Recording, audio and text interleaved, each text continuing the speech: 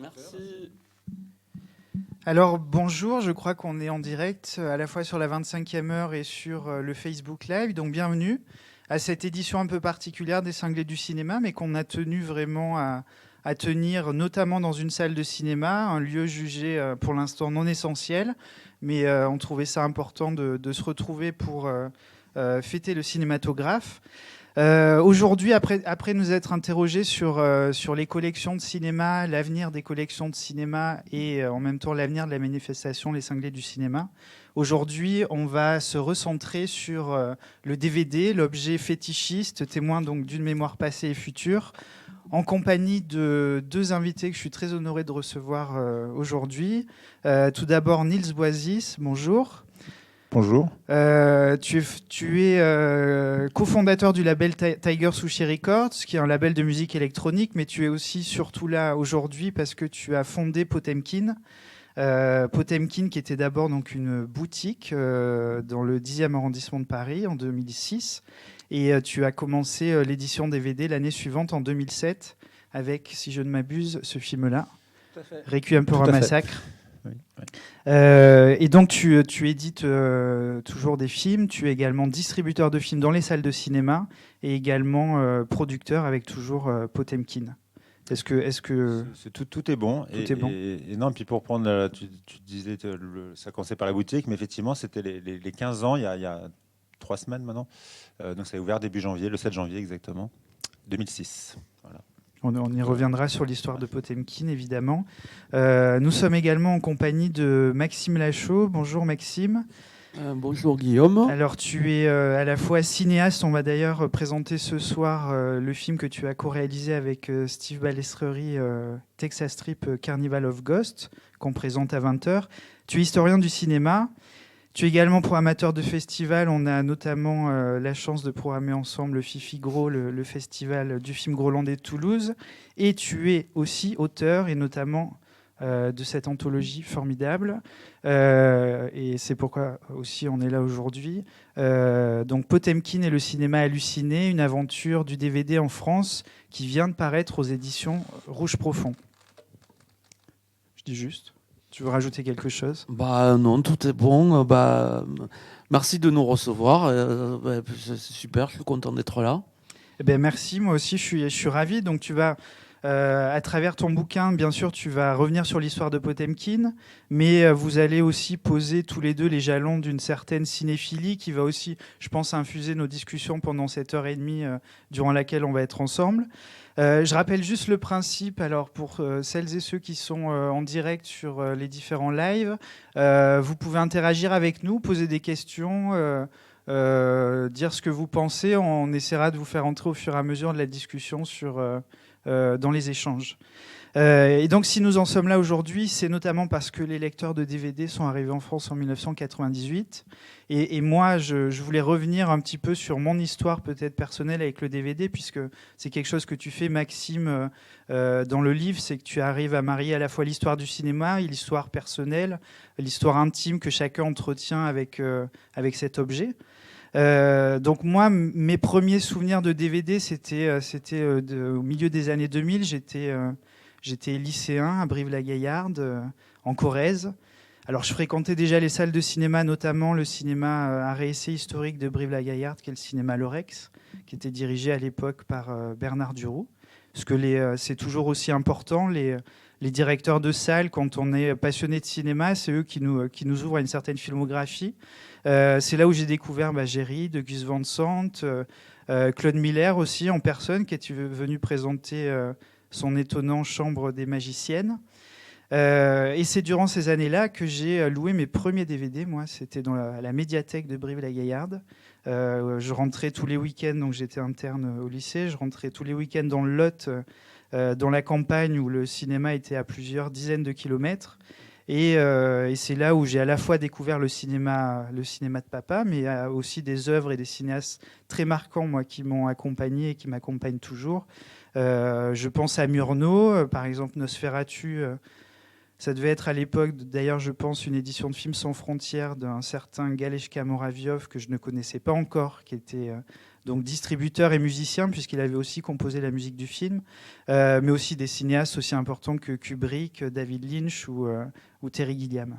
Voilà, ça c'est mon histoire personnelle, mes premiers émois avec le DVD.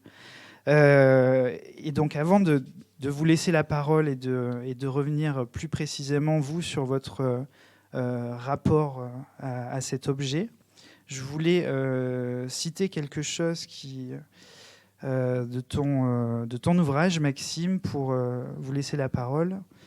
Il reste fascinant de se dire que l'intégralité de la vie et de l'œuvre d'un artiste aussi immense puisse être contenue dans une boîte qui tient dans la main. Donc maintenant, je voulais vous entendre tous les deux sur votre rapport à cet objet, à l'objet DVD, et puis peut-être revenir sur votre premier souvenir de DVD. La citation, elle est super courte, c'est plus bizarre. Elle est très courte. Ouais. Ben moi, forcément, avant le DVD, bon, il y avait la VHS. Voilà, je suis plus âgé que toi. Et forcément, la VHS et aussi la télévision où on enregistrait, on attendait l'horaire de début, tu sais, on avait le doigt plein de sueur, là, et on appuyait sur record pour pas prendre les pubs avant parce que c'était... voilà, c'était pas, on voulait une belle cassette qu'on allait re-regarder. Et donc, je me suis fait une petite collection de VHS. Puis les VHS, c'était assez gros, donc la collection, on pouvait la faire assez rapidement. Ça prenait vite beaucoup de place. Et donc, le DVD est arrivé donc voilà, dans les années 90, comme tu as dit. Mais il y avait eu, je me souviens vraiment, en fait, mes tout premiers DVD... avec le livre, forcément, je me suis dit, mais quel est mon premier DVD? Alors que je me souviens exactement de ma première VHS. Et après coup, j'ai fait mon enquête. Je crois que c'est Le Boucher de Claude Chabrol. Mais les tout premiers DVD, c'était vraiment les films qu'on ne trouvait pas en VHS. C'est vrai qu'il n'y avait pas beaucoup de bonus et tout ça. Moi, j'ai commencé vraiment à m'y mettre à fond vers 2002. Où là, il y avait Neo Publishing, Carlotta, plein d'éditeurs qui faisaient des éditions avec des bonus fascinants, et j'adorais regarder ça.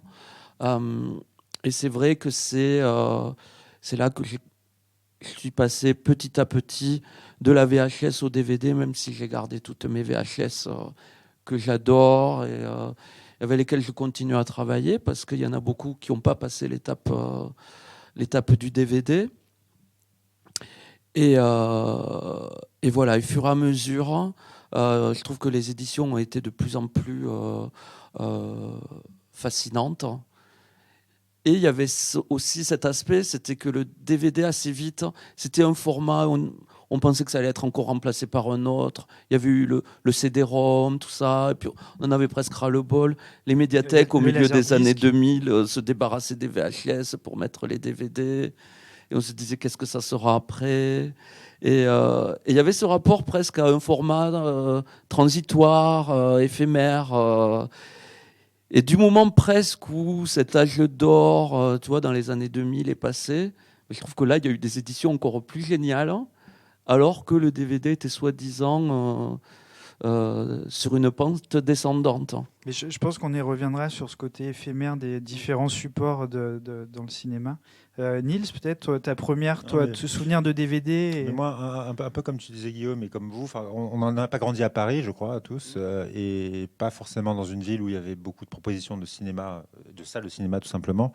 Et moi, c'est vrai, quand le DVD est arrivé, ça a été un peu un petit miracle. Déjà, ça concordait au moment dans ma vie où je commençais vraiment à m'intéresser au cinéma. Et voilà, il y avait ce support qui amenait les versions originales, notamment, parce que ça, c'était quand même rarement dans les VHS, à part des éditeurs qui étaient plus cinéphiles. Donc ça amenait ça amenait quand même une qualité d'image qui s'altérait pas avec le temps, même si certains fétichistes de la VHS aiment bien cet aspect-là, mais ça, on pourrait y revenir, mais c'est encore autre chose. Mais c'est vrai que voilà, ça a amené un confort. Et moi, en plus, j'avais eu la chance d'avoir un papa qui s'était équipé d'un home cinéma à une époque où c'était encore rare. Et donc, j'avais un projecteur à la maison, dans une salle presque dédiée à ça. Donc, j'avais vraiment un petit cinéma à la maison. Donc, c'est sûr que c'est là que c'est vraiment construit mon rapport très, très fort avec l'objet de DVD. Même si j'en ai eu un aussi avec la VHS, mais plus classique, on va dire, comme tout le monde, les vidéoclubs, les soirées entre amis, à s'enchaîner les films de genre, etc. Mais la vraie cinéphilie profonde et personnelle, et plus personnelle, c'est vraiment avec le DVD. Voilà, tout seul chez moi, en partie, que ça s'est fait. Ouais. Merci. Et Maxime, qu'est-ce qui a, toi, guidé l'envie de départ de l'ouvrage? Est-ce que c'était justement l'objet DVD? Est-ce que c'était plus particulièrement Potemkin? Enfin, tu voulais peut-être faire un ouvrage sur un éditeur de DVD en France. Enfin, quel était le point de départ de cette envie? Ben, en fait, c'était plus une envie de lecteur.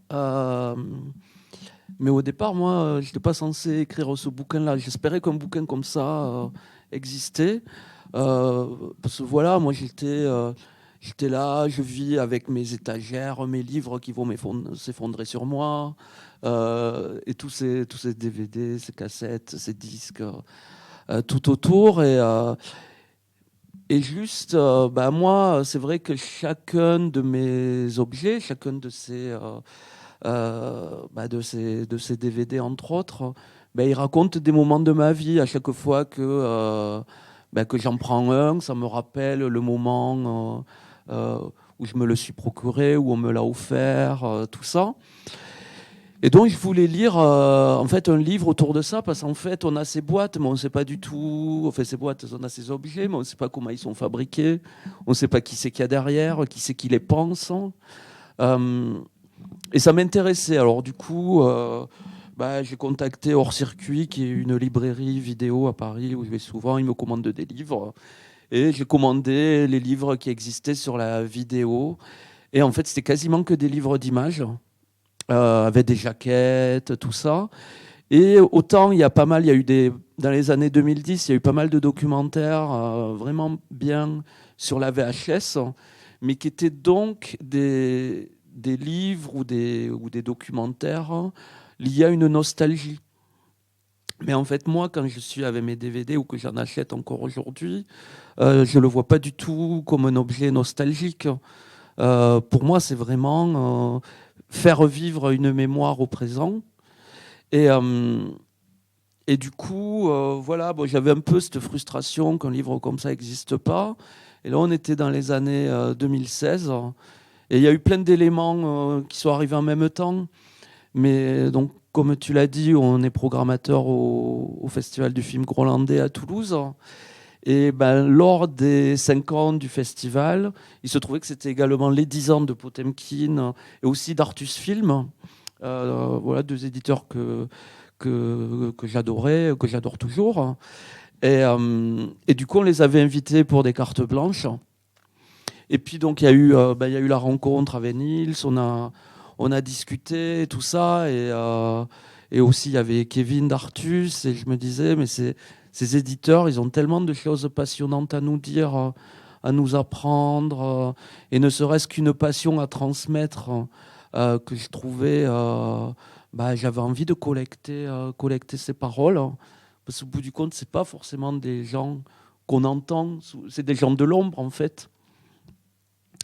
Et c'est comme ça que petit à petit, j'ai commencé à assembler de la documentation avec des interviews notamment. Et puis, il y a eu des déclics qui se sont passés autour de phrases très, très simples. Mais je me souviens un jour, Niels m'avait dit la plupart du cinéma a suivi la voie des frères Lumière. Moi, j'ai suivi celle de Méliès. Et à cette époque-là, il travaillait sur l'édition de Caligari, qui est là. Et encore des hasards comme ça, des sortes de synchronicités. Je lisais un livre de Adam Sidney, un spécialiste de l'avant-garde, qui disait que le somnambule du cabinet du docteur Caligari, Césarée, s'était propagé. Il avait fait des enfants dans le cinéma d'avant-garde d'après-guerre aux États-Unis, avec Kenneth Anger, Maya Deren. Donc Kenneth Anger aussi publié par Potemkin. Et puis aussi qui a influencé des gens comme David Lynch, qui fait aussi partie du catalogue, et qui lui-même a influencé des gens comme Lucila Diali-Lovic ou Yann Gonzalez, plus proches de nous. Et je me suis dit, mais par ce travail d'éditeur, on peut vraiment aussi raconter autrement l'histoire du cinéma, sous un angle totalement décalé. Et moi qui aime bien les cinémas de la marge ou les points de vue un peu différents, tout d'un coup, voilà, un matin, je me suis levé et j'avais le plan du livre et j'avais tout visualisé. Et voilà, je me suis dit, allez, je le fais. Et Nils, donc, tu as accepté facilement cette proposition? Je sais pas si je l'ai accepté, elle s'est faite. Ça s'est fait, c'est tout. Non, mais c'est vrai, non, mais je dis ça, évidemment, j'étais très. Non, non, la rencontre a été aussi forte pour moi. C'est vrai que ces cartes blanches que tu m'avais fait au Figaro, c'était une grande belle expérience, quoi. Et non, mais après, je me rappelle même plus comment. S'il y a eu un moment donné où tu m'as dit, bon, je vais faire ça, est-ce que tu veux le faire? Je sais pas, ça s'est fait, quoi. Et effectivement, on s'est vu un certain nombre de fois, c'est un certain nombre d'entretiens, où même moi, ça m'a permis de mieux comprendre quelque part le travail que j'avais fait. Et est-ce que tu peux revenir du coup sur l'histoire de la création déjà de la boutique de Potemkin et comment tu es arrivé finalement l'année suivante à éditer du DVD? Pourquoi le DVD? Pourquoi par exemple tu n'as pas commencé par la salle de cinéma mais vraiment par le DVD? Ça, pour répondre à ça, c'est justement parce que j'ai commencé par ouvrir une boutique. Il y avait un certain sens. Déjà de faire d'être éditeur DVD, c'est pas du tout quelque chose que j'envisageais de faire.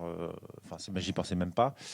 C'était déjà quelque chose d'assez ambitieux, d'assez gros pour moi, parce que quand j'avais encore la vingtaine, un peu avancé, mais quand même, j'étais dans ma vingtaine quand j'ai ouvert la boutique. Et c'est vraiment une rencontre avec mon associé de l'époque qui a fait qu'on a vraiment démarré vite l'édition. Mais sinon, j'aurais pas fait ça aussi vite. Et la salle encore moins, quoi. Ça, j'y pensais même pas, quoi. J'y arrivais même pas. Mais il y a un chemin un peu finalement assez naturel. Encore une fois, comme je disais que c'était naturel que ça s'est fait avec Maxime, ça s'est aussi fait naturellement dans mon travail où les choses c'était par opportunité, j'allais dire, pas forcément de saisie d'opportunité, mais par enchaînement de choses qui ont été faites et qui ont amené petit à petit d'autres choses. Mais après, ouais, pour l'édition vidéo, c'était vraiment, si ça démarrait aussi vite, c'est jamais par volonté de le faire, c'est parce que, là en tout cas, c'était une commande d'un client qui était donc ce film Requiem pour un massacre d'Elem Klimov, film russe sur la Seconde Guerre mondiale, donc de 1985. Et quand moi je pouvais commander, si je l'avais pas à la boutique, je pouvais commander quoi qu'il arrive tous les DVD qui se trouvaient dans le monde. J'avais toujours un moyen ou un autre de pouvoir pouvoir le récupérer. Donc là, j'en ai commandé et en m'enseignant un petit peu sur le film, je me suis dit, ça a l'air quand même pas rien ce film, parce que je ne l'avais pas vu et j'en avais même pas entendu parler. Alors, c'est peut-être un peu peut-être des cinéphiles pointus pourraient se dire, mais comment ça, c'est impossible de ne pas avoir entendu parler de ce film. Mais parce que c'était pas un film si connu. Et je me suis quand même rendu compte que c'était un grand film, donc j'en ai quand même juste 2 exemplaires, pour le client et pour moi. Et quand je l'ai vu, je me suis dit, c'est pas possible, il doit être édité là, tout de suite, là, maintenant. Et c'est presque ce qu'on a fait. On l'a en quelques mois avec mon collègue associé qui m'a rejoint à ce moment-là. On l'a fait très vite, sans rien connaître à ce métier-là, sans avoir aucune expérience. Et ça a fait, ça fait son petit bruit, quoi, dans le milieu, et ça nous a permis de démarrer de manière assez forte, ouais. Et ça a été une bonne façon de donner une bonne énergie au début de notre travail d'éditeur, ouais. Et la distribution, elle arrive combien de temps après cette première édition? Ça va vite aussi, hein, finalement, mais c'est 2 ans à peu près, 2 ans et demi peut-être. Mais et là, c'est peut-être plus là où on commence à être évidemment toujours dans la passion, mais aussi dans la réflexion de professionnels, on va dire, de savoir comment perdurer aussi dans notre activité. Et il y a un truc que tous les gens qui sont dans ce secteur de diffusion du cinéma, c'est d'avoir plusieurs cartes, quoi. Pas que donc le cinéma se diffuse par la télé, par le DVD et évidemment par la salle. et puis par d'autres moyens aussi aujourd'hui, qu'on connaît bien. Mais voilà, donc on s'est dit qu'autant essayer de récupérer le plus possible de types de droits différents, d'où la salle, parce que aussi la salle, évidemment, ça nous plaisait de partir finalement de la boutique, le dernier chez nous, on va dire, de la diffusion de films, et de remonter par la vidéo et ensuite par la salle et finalement après un peu par la production, enfin par la salle, par la distribution en salle, par la production et peut-être à la fin par vraiment une salle justement. C'est ce que j'aimerais bien. On verra dans l'avenir. Mais... Très bien. Et pour peut-être parfaire l'identité de Potemkin, même si je pense que ça pourrait être l'objet d'une conférence à part entière, je voulais juste revenir sur un terme que tu utilises, Maxime, pour parler du catalogue de Potemkin, c'est le terme de cinéma hypnagogique. Est-ce que tu peux nous en dire un peu plus sur du coup cette vision du cinéma, comment tu conçois voilà, cette ligne éditoriale finalement de Potemkin? Ouais, alors c'est un peu lié à la structure aussi du livre. Il y a une première partie donc, qui est presque une sorte d'enquête de terrain où je recueille beaucoup de paroles pour essayer de comprendre un peu l'envers du décor, les dessous, les galères, les questionnements presque existentiels des fois des éditeurs.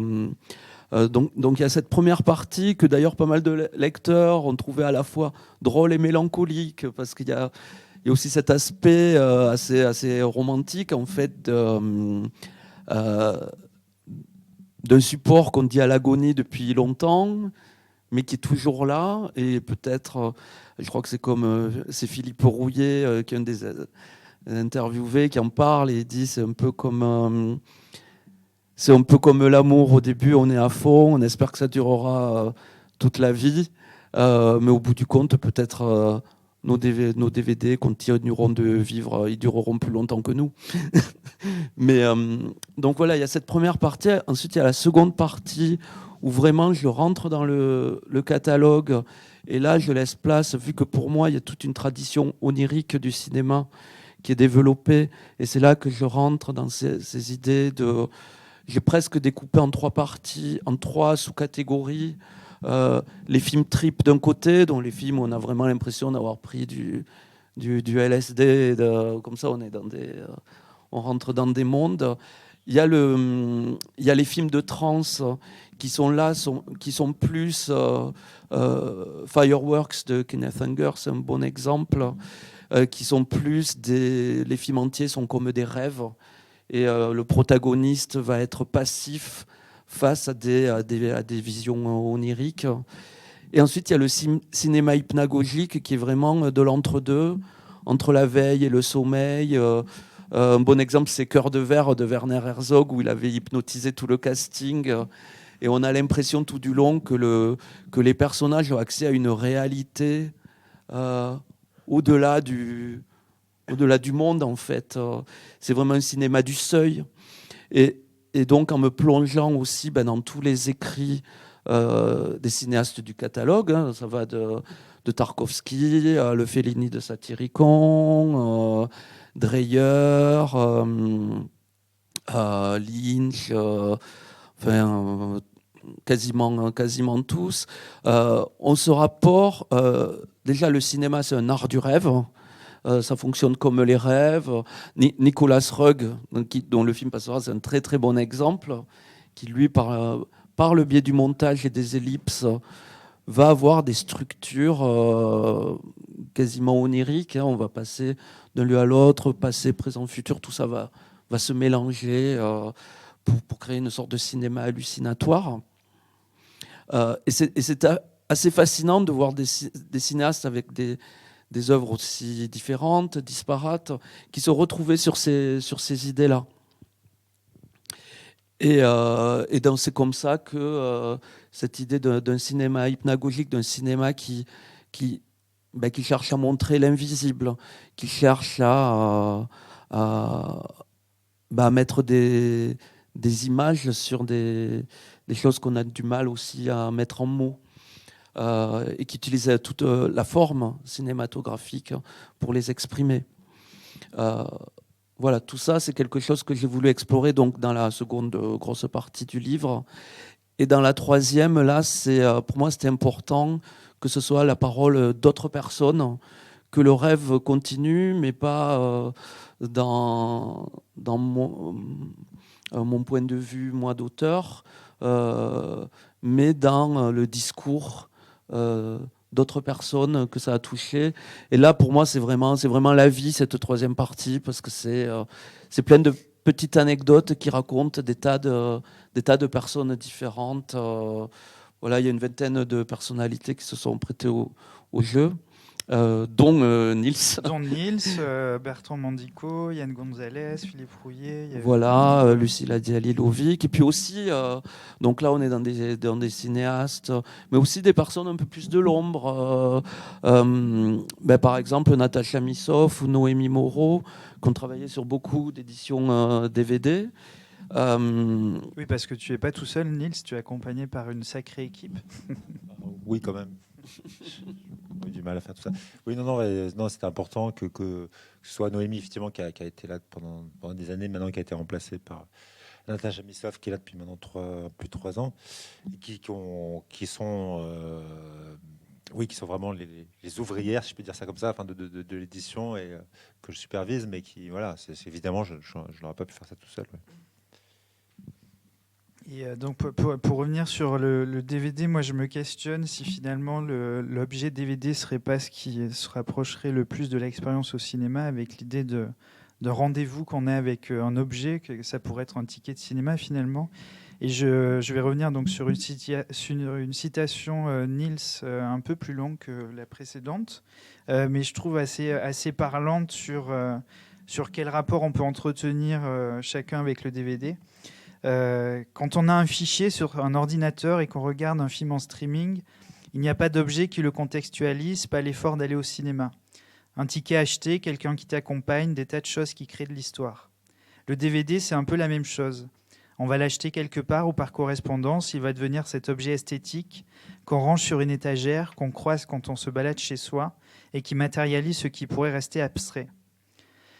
Et à un autre moment du livre aussi, tu évoques le fait qu'on peut laisser des DVD parfois pendant des années sur nos étagères et que en fait, on attend le moment idéal pour le voir, c'est-à-dire le moment où notre esprit sera capable de regarder ce film qu'on a laissé parfois dans le cellophane, qui est tout neuf, et qu'on va déballer au moment où on a vraiment envie de le voir. Est-ce que vous pouvez revenir peut-être tous les deux sur ça, sur l'idée d'entasser dans des collections et de pas forcément en profiter tout de suite? C'est sûr qu'entre des écritures en pixels sur un disque dur qui représente des gigaoctets de fichiers de données, qui représentent à la finalité des films, certes, bon, les films, ils sont là, à la finale, mais on est fait de chair et de sang, on est fait de matière, on vit dans un monde de matière, de réalité, et on a besoin de ça pour vivre. Et là, on le sent d'autant plus, j'ai l'impression, depuis quelques mois, où le rapport à la réalité, à se voir, à se toucher, à se parler, voilà, interagir, etc., avec des choses, est quand même essentiel. Et voilà, et la virtualisation de la culture, notamment enfin, celle qui peut être dématérialisée, hein, que ce soit la musique ou le cinéma, ça a plein d'avantages. Hein. Moi, je dis pas, j'en ai bien beaucoup profité aussi. Enfin, ça a plein de choses miraculeuses. Mais c'est sûr que l'expérience en fait, comme tu as repris ma citation, la démarche, il n'y a pas vraiment de démarche quand on suit les algorithmes de Netflix ou quand on clique sur les fichiers à pirater sur les sites voilà, sur lesquels vont les pirates. On prend ce qu'il y a, quoi. En gros, voilà, c'est ça. Ça se déverse et on prend ce qu'il y a.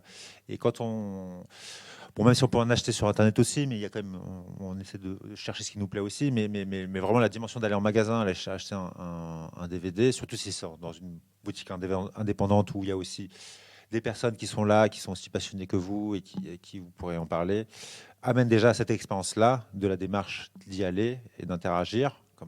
Et aussi de l'objet qu'on va regarder, qui sera plus ou moins bien fait. Quand il est bien fait, ça apporte aussi une façon d'approfondir l'œuvre, par évidemment le contenu aussi. Et puis aussi, oui, voilà, c'est ça, c'est le sujet ce que représente une bibliothèque chez les gens, quoi. Que ça peut évidemment, on pense aux livres, mais d'avoir aussi des DVD, ça permet d'y revenir, de les consulter, de les voir tout simplement chez soi, de s'en rappeler.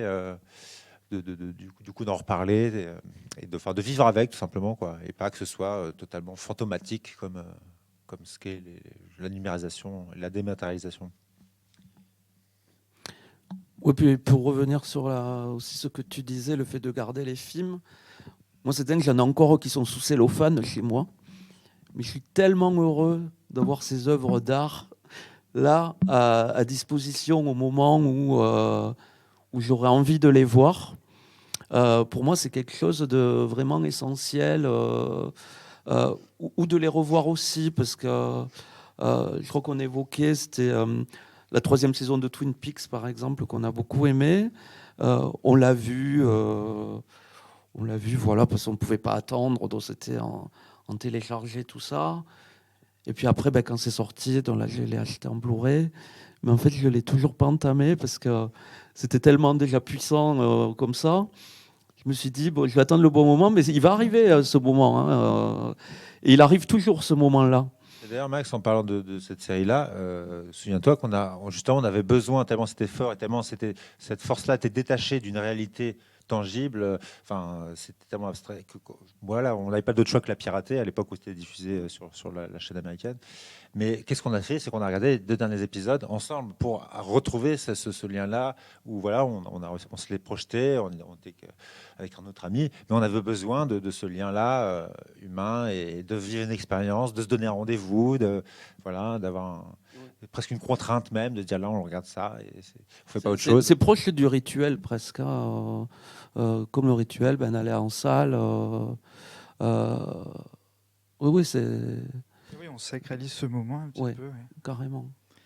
Quand on est éditeur aussi, il y a un travail important qui est beaucoup évoqué dans l'ouvrage, c'est l'intégrité du film, c'est comment l'éditeur va devoir respecter au maximum l'ambition initiale du réalisateur.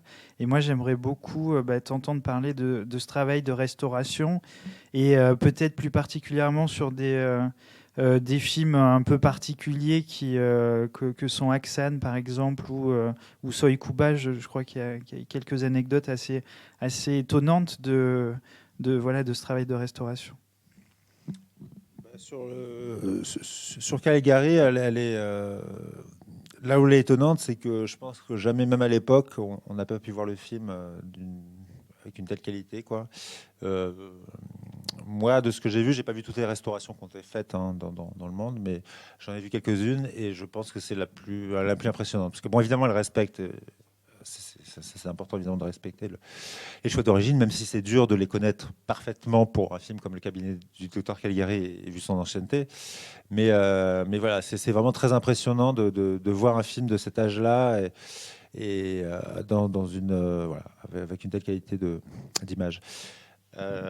Pour Soykuba, ouais, non, oui, après, ça a été déjà arrivé sur d'autres films de devoir retoucher des restaurations, d'avoir des restaurations qui ne sont justement pas vraiment fidèles à l'origine, à ce qu'on a compris qu'était le travail d'origine artistique. Mais là c'était assez flagrant. C'est qu'en fait, alors, pour ceux qui connaissent le film, il a une photographie très particulière qui est presque surexposée, qui a des contrastes vraiment très poussés, donc ça se passe donc à Cuba, donc dans un contexte très ensoleillé, et les ciels qui sont donc des bleus foncés forts, mais là ils deviennent quasiment noirs, la mer qui est bleue est noire aussi, enfin les palmiers sont blancs, voilà, donc bref c'est ça la photo, et la restauration qu'on a reçue, eh ben, il n'y avait plus du tout cet aspect-là. Et bon, on a évidemment un peu mal réagi quand on a reçu ça, mais on s'est quand même dit qu'on allait faire des recherches un peu plus approfondies pour être sûr qui n'avait pas respecté vraiment les intentions, et à force de faire des recherches, on est arrivé à la conclusion qu'effectivement, non, la restauration n'a pas respecté les intentions de base, et donc on a tout repassé, tout rétalonné. Et c'est quoi les résultats de ces recherches en fait? C'est-à-dire tu remontes jusqu'à la descendance, jusqu'à des personnes. Oui, on a parlé un peu. Il y a un institut Kalatozov En Russie, alors eux, ils n'étaient pas très loquaces, hein. Enfin, ils n'ont pas voulu beaucoup nous parler, mais en gros, ils avaient, en fait, ils n'avaient même pas vu la restauration de Mosfilm, donc, mais ils avaient entendu parler que c'était voilà, que c'était pas parfait. Mais après, surtout, on a parlé. Alors, aux États-Unis, il y a une entreprise qui a restauré le film aussi de leur côté. Et qui, pareil, ont fait une autre restauration parce qu'ils n'étaient pas contents de celle de Mosfilm. Et puis, on a aussi essayé de retrouver la copie qui avait été à l'époque enfin, la restauration, la nouvelle copie avait été en partie accompagnée, supervisée par Martin Scorsese, qui avait beaucoup soutenu la ressortie du film dans les années 90. Et cette copie-là, on a pu la vérifier et elle correspondait bien à cette photo surexposée qu'on avait vue jusque-là dans toutes les copies qui existaient, de toute façon. Donc déjà, toutes les copies étaient comme ça. Les écrits, dans les documents qu'on a retrouvés, Kalatozov parle lui-même de photos qui ressemblent à de l'argent, enfin, où les choses deviennent blanc argenté, enfin, les fameux palmiers argentés blancs, ça revient souvent. Donc, et là, on ne les avait plus du tout. Donc voilà, donc on a retrouvé ça et on est assez convaincu que c'est quand même plus proche, en tout cas, de la version d'origine que celle-là qu'on a reçue. Mais pire que ça, le son qui nous a été fourni a été avec ce qu'on appelle une voice-over. Alors, ça se faisait beaucoup chez les Russes, mais pas que chez les Russes, hein. Dans les années après-guerre et jusqu'aux années 60, on va dire, 70, c'est de mettre une voix par-dessus le son d'origine. Donc, c'est pas un doublage, hein. Sous le doublage, on enlève le son, les voix et on les remplace. Là, c'est vraiment une personne, hein, en plus une personne qui double les femmes, les hommes, peu importe, et qui met une voix par-dessus la voix d'origine. Donc, on avait une voix russe qui est au-dessus des voix en espagnol. Donc, bon, évidemment, c'était compliqué un peu pour distribuer une copie pareille. Donc, là, pareil, on a dû retrouver une piste son. Vu qu'on avait la copie 35, on l'a récupéré comme ça et on a restauré le son pour qu'il soit quand même qu'il corresponde à la restauration de l'image. Et voilà, donc c'était presque une deuxième travail de restauration après une restauration, quoi. Bon, un exemple comme ça, celui-là, il était quand même assez complexe. On n'a pas des aussi délirants, on va dire. Mais souvent, oui, il y a souvent des surprises quand même. Mais après, ça revient aussi sur le fait même que souvent l'accès aux œuvres, c'est par le DVD, et donc la dernière version va être celle qu'on va retenir d'un film. Et c'est ça, et parfois même l'édition DVD, c'est la version qui devient la version La officielle, version puisque c'est la officielle, seule qui est accessible, même parfois à l'international pour des films. Là, je peux parler, j'ai un autre exemple. Alors, je ne vais pas forcément citer le film parce qu'on l'a toujours en projet, mais il n'est pas encore vraiment officiel. Mais c'est un film très rare, colombien, mais très rare, mais qui était en partie produit par Polanski. Donc c'est vraiment un projet très particulier et qu'on était très content de pouvoir ressortir. Et il a été restauré donc par les Colombiens, avec l'Institut de cinéma colombien, un ami du cinéaste qui a aidé à la restauration, etc. Donc normalement fait dans les règles de l'art. Eh ben non, c'était restauré en 16/9, comme on dit, c'est-à-dire un format qui correspond au 1/177, alors que le film est en 1/33, donc à peu près du 4/3. Tout ça parce qu'à l'époque, c'était restauré début 2010, on va dire, et c'était encore il y en a encore des gens qui restaurent comme ça, mais à cette époque, ça se faisait c'était là encore les débuts du format Blu-ray, tout ça, mais on veut rentrer dans les écrans, quoi. Donc non, un format 4/3, c'est pas adapté au format 16/9, donc on va couper le haut et le bas pour que ça rentre dans les écrans 16/9. Mais on se dit comment des gens peuvent à ce point, voilà, charcuter une œuvre, même quand ils sont proches de l'artiste et tout ça. Bon, l'artiste était mort pour le coup, donc il n'avait pas son mot à dire, mais malheureusement. Donc là, pour le coup, c'est définitif, quoi. Et nous, on cherche une solution pour voir si on peut récupérer les scans d'origine de la restauration, pour voir si on peut récupérer le format et nous restaurer derrière ça les scans, mais de la pellicule. Mais si c'est pas possible, ça veut dire que pour l'éternité, ce film-là a été tronqué et c'est comme ça, c'est ce qui va rester pour l'histoire. Et ça, il y en a des exemples comme ça. Je pense qu'il n'y en a pas qu'un, et il y en a beaucoup. Et c'est vraiment malheureux. Donc c'est vrai que ce moment-là de la restauration, il est essentiel qu'il soit fait le mieux possible. Et ce mieux possible n'est pas toujours d'ailleurs trouvable, hein, parce qu'on n'a pas forcément la bonne solution. Mais en tout cas, essayer d'avoir le plus de documents possible pour respecter l'œuvre d'origine de ce qu'on peut en connaître en tout cas. Mais d'ailleurs, une amie me parlait hier, c'était les restaurations supervisées par Wim Wenders lui-même, où il a recadré à l'intérieur même de ses premiers films pour obtenir un effet 16/9. Mais là, c'est le réalisateur lui-même. Donc là, c'est compliqué. C'est Kubrick. Alors là, on monte carrément à l'époque de la VHS, parce que de toute façon, lui, c'était surtout. C'est son dernier film, peut-être est sorti au moment où arrivait le DVD. Et lui, parce qu'il savait très bien ce problème-là, il connaissait ce qu'on appelle le pan and scan, les letterbox. Enfin, c'est des façons de tronquer l'image pour la vidéo. Ça arrivait beaucoup à l'époque de la VHS pour entrer dans les fameux écrans carrés 4 tiers de la télé. Et lui prévoyait même ses cadrages, notamment Shining, qui est un plus connu comme ça, parce que là, Shining, c'était vraiment, en plus, vu que c'était un cinéma de genre, c'était typiquement le public VHS.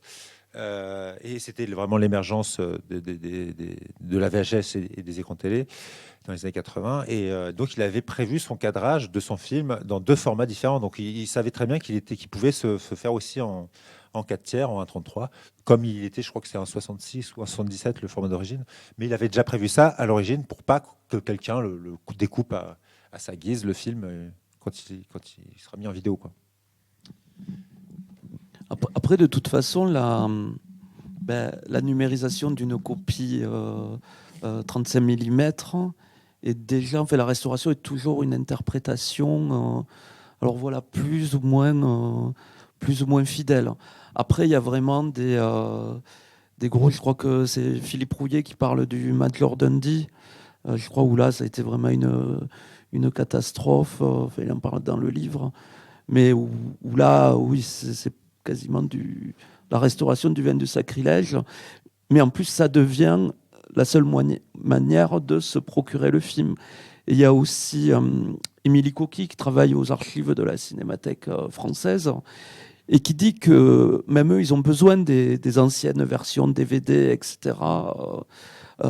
Parce que quand tout d'un coup, la version officielle est catastrophique, on est bien content d'avoir les versions un peu plus anciennes, ou garder les vieilles copies 35 mm pour revenir à la source. Il y a eu un moment donné dans l'édition de vidéo qui était marrante, c'est quand arrivaient les premiers Star Wars restaurés. Il y a eu évidemment une fronde des fans, etc., qui disaient non, nous on veut. Parce que si vous ne le savez pas, il avait rajouté beaucoup d'effets spéciaux numériques dans les premiers, qui ne sont pas les premiers. Bon, bref, on va refaire ce qu'est Star Wars, mais le premier réalisé historiquement. Il avait rajouté des effets numériques de synthèse, etc., pour les moderniser. Et évidemment, tous les fans se sont dit non, on veut pas ça, on veut pas les modernisations, on veut pas, on veut pas tout ce qui avait été fait pour moderniser le film et le rendre d'actualité. Et donc ils ont fait ah ouais d'accord, bon, c'est ça que vous voulez, bon, ok d'accord, vous allez avoir ce que vous voulez. Et donc ils ont mis en bonus des versions sans effets spéciaux, mais des versions genre pire que la pire des VHS possible. Genre c'était évidemment pas restauré tout ça, mais dans une qualité exécrable. Mais voilà, en mode clin d'œil un peu aux fans qui voulaient la version d'origine, mais là ils ont fait exprès de mettre une version d'origine, mais sans aucun nettoyage, sans rien. Mais bon, c'était un clin d'œil assez rigolo, mais qui représente bien ce que c'est le travail de restauration et les aberrations ou pas qu'il peut y avoir dans cette activité-là. Non, il n'y a pas de question dans la... Ah, il y a un problème d'image. Ok. Ma voix est plus belle que mon visage. On est reparti. Non, je voulais qu'on revienne aussi peut-être sur l'état du marché DVD. Toi, quand Nils, tu as commencé donc en 2007, l'apogée du DVD, on dit que c'était des années 2000 jusqu'à 2005, donc tu arrives en 2007. Quel était l'état de ce marché à l'époque ? Quel est-il aujourd'hui ? Là, j'ai vu qu'il y a une étude du CNC qui est parue hier, je crois, qui parlait de...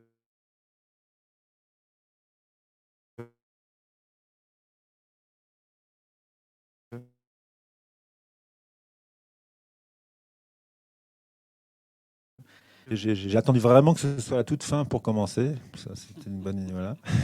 Non, mais si j'ai ouvert une boutique, c'est quand même qu'il y avait encore un peu de marché. Hein, sinon, je ne m'en serais pas lancé dans cette aventure quand même. Parce que s'il y a si peu de boutiques, c'est quand même pas évident d'ouvrir une boutique en France. Et puis surtout dans un secteur comme ça, pas porteur, entre guillemets. C'est-à-dire que quand c'est pas porteur, les banques vous disent non. Donc, il y a intérêt à avoir d'autres moyens de se faire financer que par les banques. Donc, bref, ça, c'est pour le départ compliqué pour ce genre de de projets. Mais après, bon, donc voilà, j'ai démarré. C'était oui de la fin d'une espèce d'âge d'or commercial, on va dire, mais qui était délirant.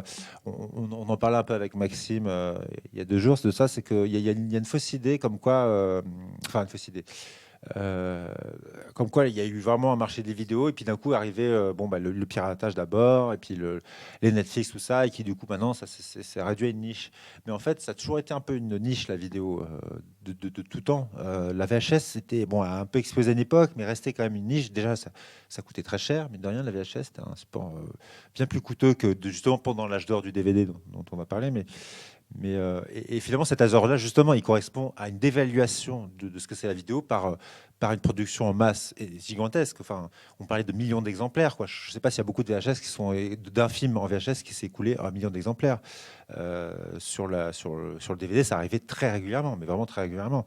Il y a même à l'époque, c'était Cdiscount, ce site internet qui était spécialisé sur le DVD, qui mettait en haut de son site, il mettait là on a vendu 1 million de DVD en un jour, des choses comme ça quand ils faisaient leur promo. Ouais, vraiment, ils vendaient 1 million de DVD des fois en une journée, parce qu'ils les vendaient entre 50 centimes, des fois même moins, à 10 euros, enfin, des prix vraiment. Je crois que des VHS à 50 centimes, ça a vraiment existé.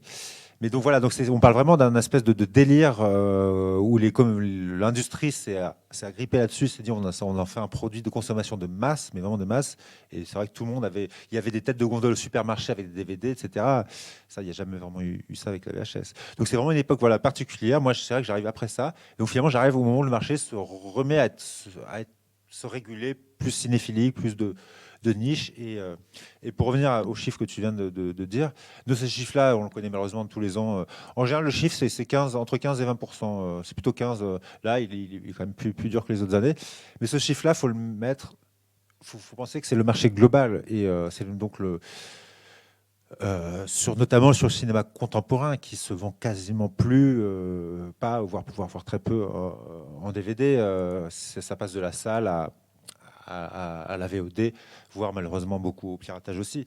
Et maintenant, enfin moi je subis pas 27% de baisse par an par exemple, clairement pas. Et mes collègues non plus.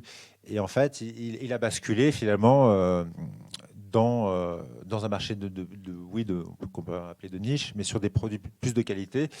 Et le fait est d'ailleurs que beaucoup de mes collègues, ou même de nouveaux collègues, parce qu'il y a des nouveaux éditeurs qui arrivent même aujourd'hui, hein, c'est un dernier temps, se mettent à faire de plus en plus des beaux objets aussi. Et donc là, on en vient, je pense, finalement, dans le vrai âge d'or, il est maintenant, en fait. Enfin, ça dépend si on...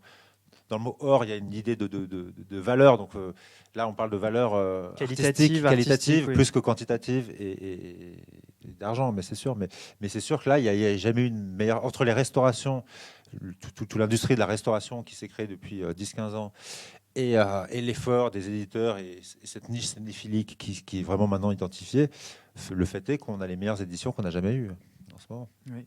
Et peut-être qu'on peut y revenir aussi sur ça, sur l'aspect... parce que Potemkin, c'est à la fois du cinéma de patrimoine, mais c'est aussi du cinéma contemporain, des cinéastes émergents. Et est-ce que tu vois peut-être aussi une différence entre les éditions peut-être de classiques du patrimoine qui fonctionneraient peut-être un peu plus que des cinéastes contemporains comme Hicham Lasri que tu peux éditer, je sais pas, mais il y a des fois peut-être un cap aussi entre cinéma de patrimoine, cinéma contemporain. Pour l'exemple d'Hicham Lasri, je l'ai fait. Contrairement aux autres cinéastes, enfin cinéastes contemporains que j'édite, c'est quasiment intégralement lié au fait que je les sorte en salle. Donc c'est pour le lien, comme j'en parlais tout à l'heure, c'est le lien d'exploiter tous les droits de la salle à la vidéo, à la télé et à la VOD. Donc forcément, si je les sors en salle, je vais pas ne pas les éditer en vidéo. Donc ça, je le fais. Mais par exemple, pour le cas d'Hicham Lasri, là, c'est un cinéaste vraiment très, très peu connu. Je pense que, pour ceux qui nous regardent connectés, j'aimerais bien savoir s'ils peuvent taper sur leur écran, s'ils connaissent Hicham Lasri, mais je serais curieux de savoir si un on peu peut faire un sondage. s'il y a une réaction là-dessus. Mais moi, c'est justement si ça me tenait vraiment à cœur qu'il soit plus connu. Et peut-être qu'un jour, j'en distribue d'ailleurs en salle. Et effectivement, là, en comparaison d'un cinéaste comme Tarkovsky ou de Seuil Kuba de Kalatozov ou de La Jetée de Chris Marker ou de de films de Bresson, de Chaplin, encore plus, évidemment plus connus, dont on vient de fêter les 100 ans du Kid.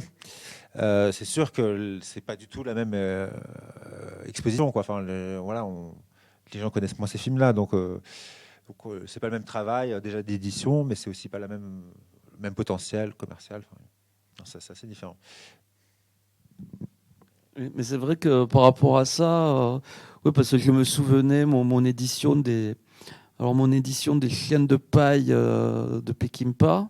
En fait, en bonus, il y a On achève bien les chevaux, mais qui n'est qu'en VF, alors que c'est pas un film français, et recadré en 4/3.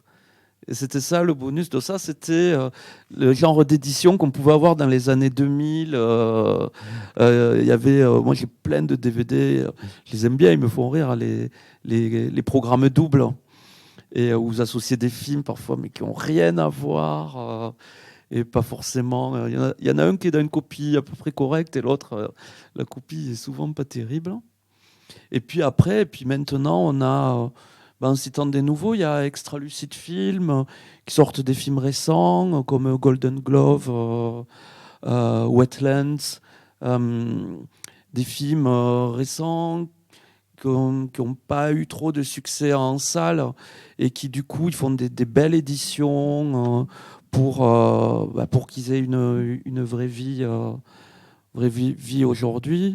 Et il y a des tas d'éditeurs en ce moment, ils sont à fond, hein, je pense Le Chat qui fume, Artus, Carlotta, en fait des tas, les éditions qui sortent en ce moment, elles sont assez impressionnantes.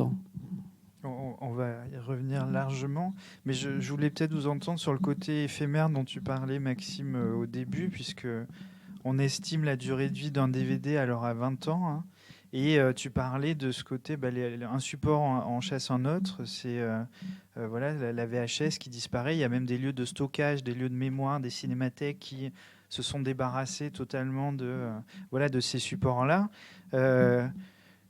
Comment se placer par rapport à ce côté éphémère? On construit des objets qui sont des objets formidables, mais on ne sait pas si dans 15 ans, 20 ans, 30 ans, ils pourront être finalement lus par tout un chacun.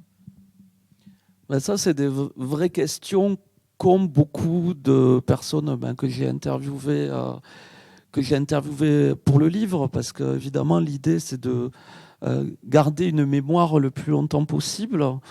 Alors pour ceux qui ont des supports, il y a eu ce support qui était le 35 mm, dont on sait qu'il peut durer longtemps, etc. Du coup, il y a par exemple des films en numérique qui sont ensuite passés sur support 35 mm. Ils font même ça pour des séries télé, pour la conservation, par exemple.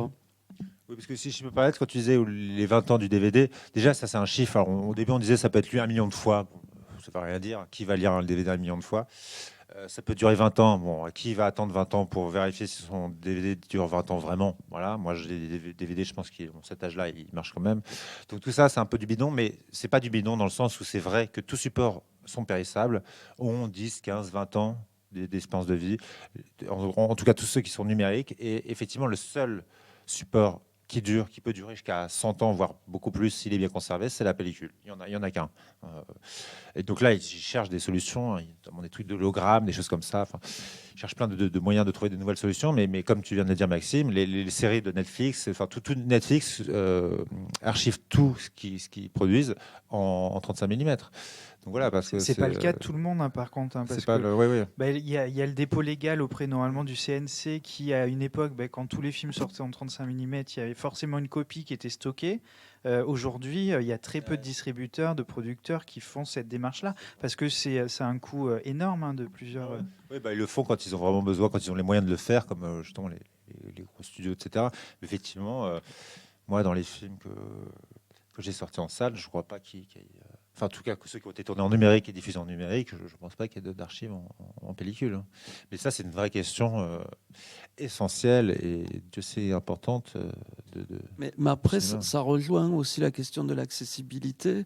Or là, c'est plus en tant que programmateur, mais je me souviens d'un film dont on a retrouvé la copie 16 mm, on sait où elle est, mais elle est en mauvais état. Et donc, l'organisme qui la possède ne veut pas qu'elle sorte, hein, pour pas qu'elle s'abîme. Mais du coup, on ne peut pas le voir, le film. Alors, bon, dans ce cas-là, il existe une VHS. Donc, du coup, le seul accès de voir ce film-là, c'est cette VHS en VF, si on veut le voir en France, parce que c'est un film américain. Donc c'est aussi problématique, parce qu'en plus, les cinémas, ils se sont débarrassés des projecteurs 35 mm aussi.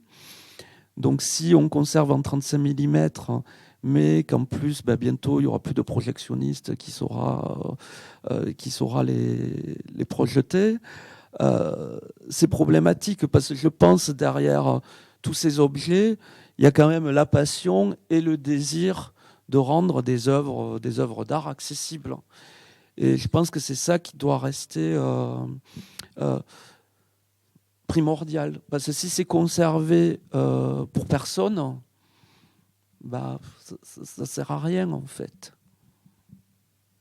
Et on s'interrogeait hier sur la véritable quête du collectionneur. Et moi, je me demandais si, Niels, d'une certaine manière, quelle était ta quête aujourd'hui? Alors maintenant, tu as édité près de 300 œuvres. Je ne sais plus combien vous êtes exactement. Mais il y a Serge Bromberg, donc, de Lobster Film, qui nous disait un peu malicieusement hier que la découverte la plus importante pour les collectionneurs était la prochaine. Et donc, est-ce que finalement, tu ne serais pas à la recherche d'une sorte de Graal, une œuvre un peu inaccessible qui...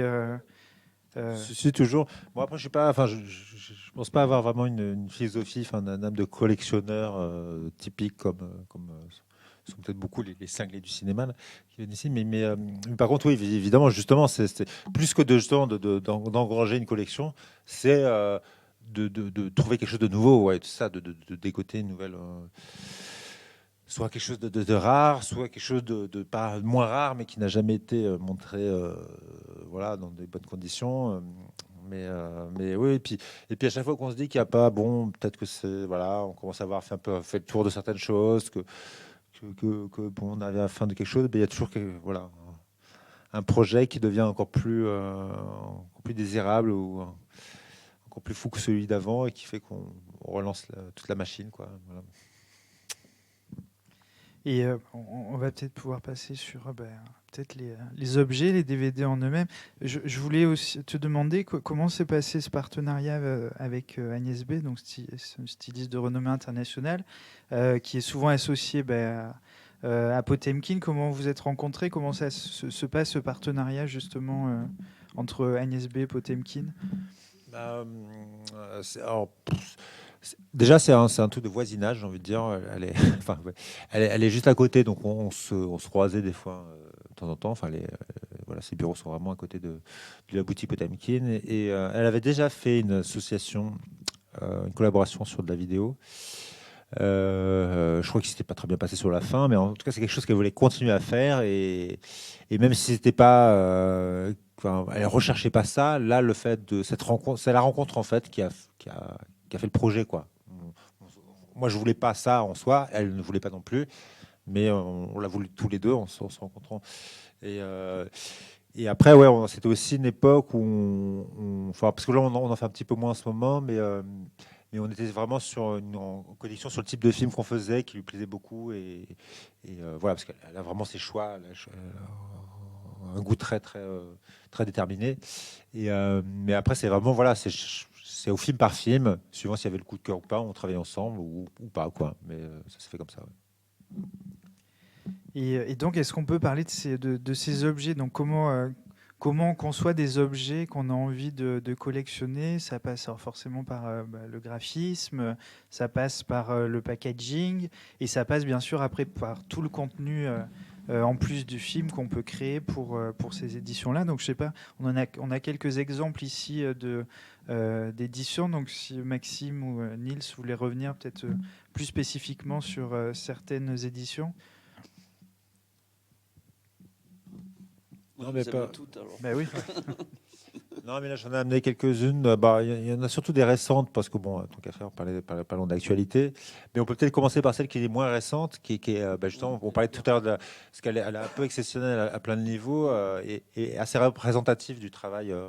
Après, est-ce Ça se voit un peu à la caméra, je sais pas trop si ça se voit plus ou moins. Mais voilà. Mais parce que bon, déjà le film est connu et je me demande même s'il n'est pas dans le domaine public. Donc c'est pas un film qui est inaccessible, on peut le voir facilement. Mais la restauration, elle est beaucoup plus. Et quand moi j'ai découvert, je crois que c'était Arte qui l'avait diffusé, mais il n'y avait même pas eu de projection salle, rien, aucun événement autour de cette restauration.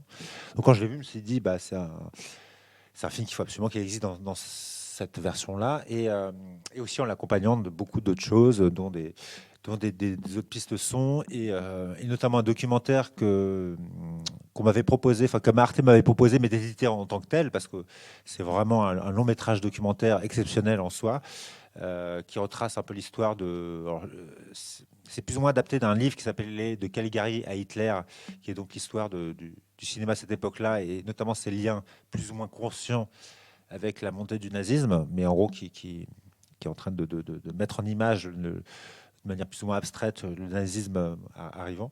Donc c'est assez fascinant là-dedans. Et c'est vrai que le cabinet du docteur Caligari est vraiment un très bon exemple de ça.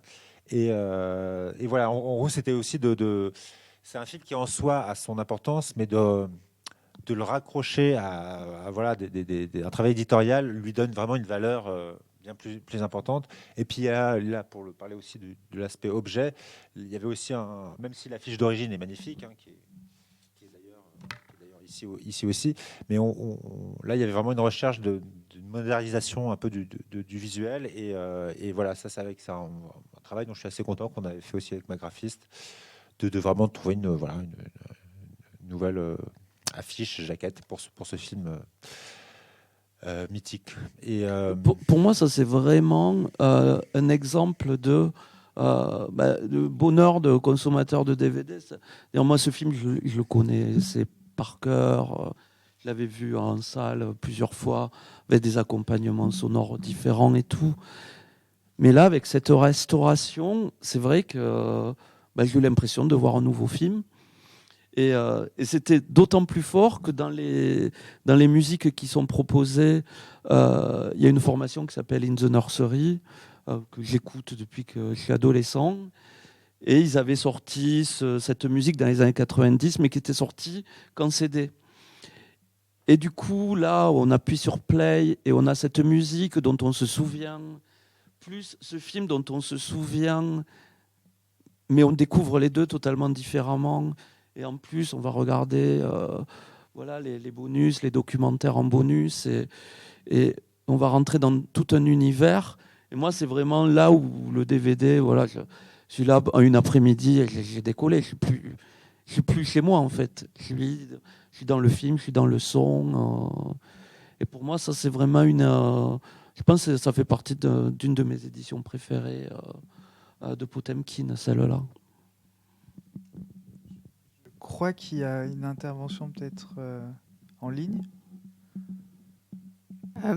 Non, je voulais il y a eu beaucoup de réactions en fait, notamment sur la salle virtuelle la 25e heure. Donc, comme ça faisait déjà 1 heure que vous échangez ensemble, et du coup c'était un petit peu compliqué de vous couper à chaque commentaire. Je voulais vous faire un petit retour évidemment sur les différentes réactions qu'on a eues d'abord sur la 25e heure, où voilà, sans que ça soit trop anachronique. Par rapport aux réactions sur le DVD. Certains s'interrogeaient au début de la conférence sur la durée limitée ou non du support de DVD. Et du coup, voilà, les spectateurs interagissaient ensemble en disant que 25 ans sur un DVD, enfin même plus. Après, je ne sais pas si vous voulez réagir à ça, mais ça a été non, un mais petit peu c'est comme je disais tout à l'heure, malheureusement, il n'y a pas de support éternel. Après, Ouais. faut faire des copies tous les 20 ans, je ne sais pas, pour être sûr de ça. Mais ça, oui, il n'y a pas de miracle, malheureusement, là-dessus. Mais bon, en tout cas, moi, j'ai rarement entendu parler d'une collection entière qui s'effacerait au bout de 20 ans, parce qu'on l'a depuis 20 ans. Bon, voilà. Après, voilà, sur la question que vous posiez tout à l'heure sur savoir si les spectateurs connaissaient Hicham El Asri, donc il y a certains qui connaissent, d'autres non, mais du coup, c'était pour vous répondre un petit peu a posteriori par rapport à ça, mais c'est comme c'était un petit peu voilà, évident de vous couper parce que vous étiez bien partis ensemble. Et donc là, on a une question de Alain B. On vend des télés 8K. Il y a du 8K en vidéo.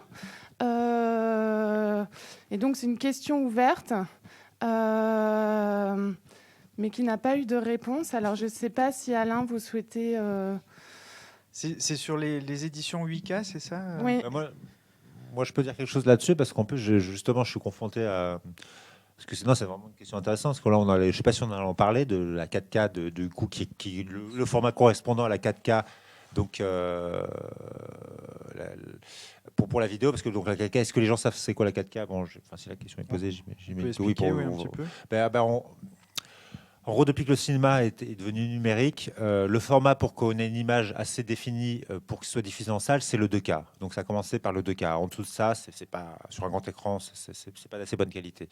Donc ça, c'est vraiment le format standard dont maintenant la plupart des cinémas sont. Là, c'est du 2K. Oui, voilà, je pense que la plupart des cinémas encore aujourd'hui sont équipés en 2K.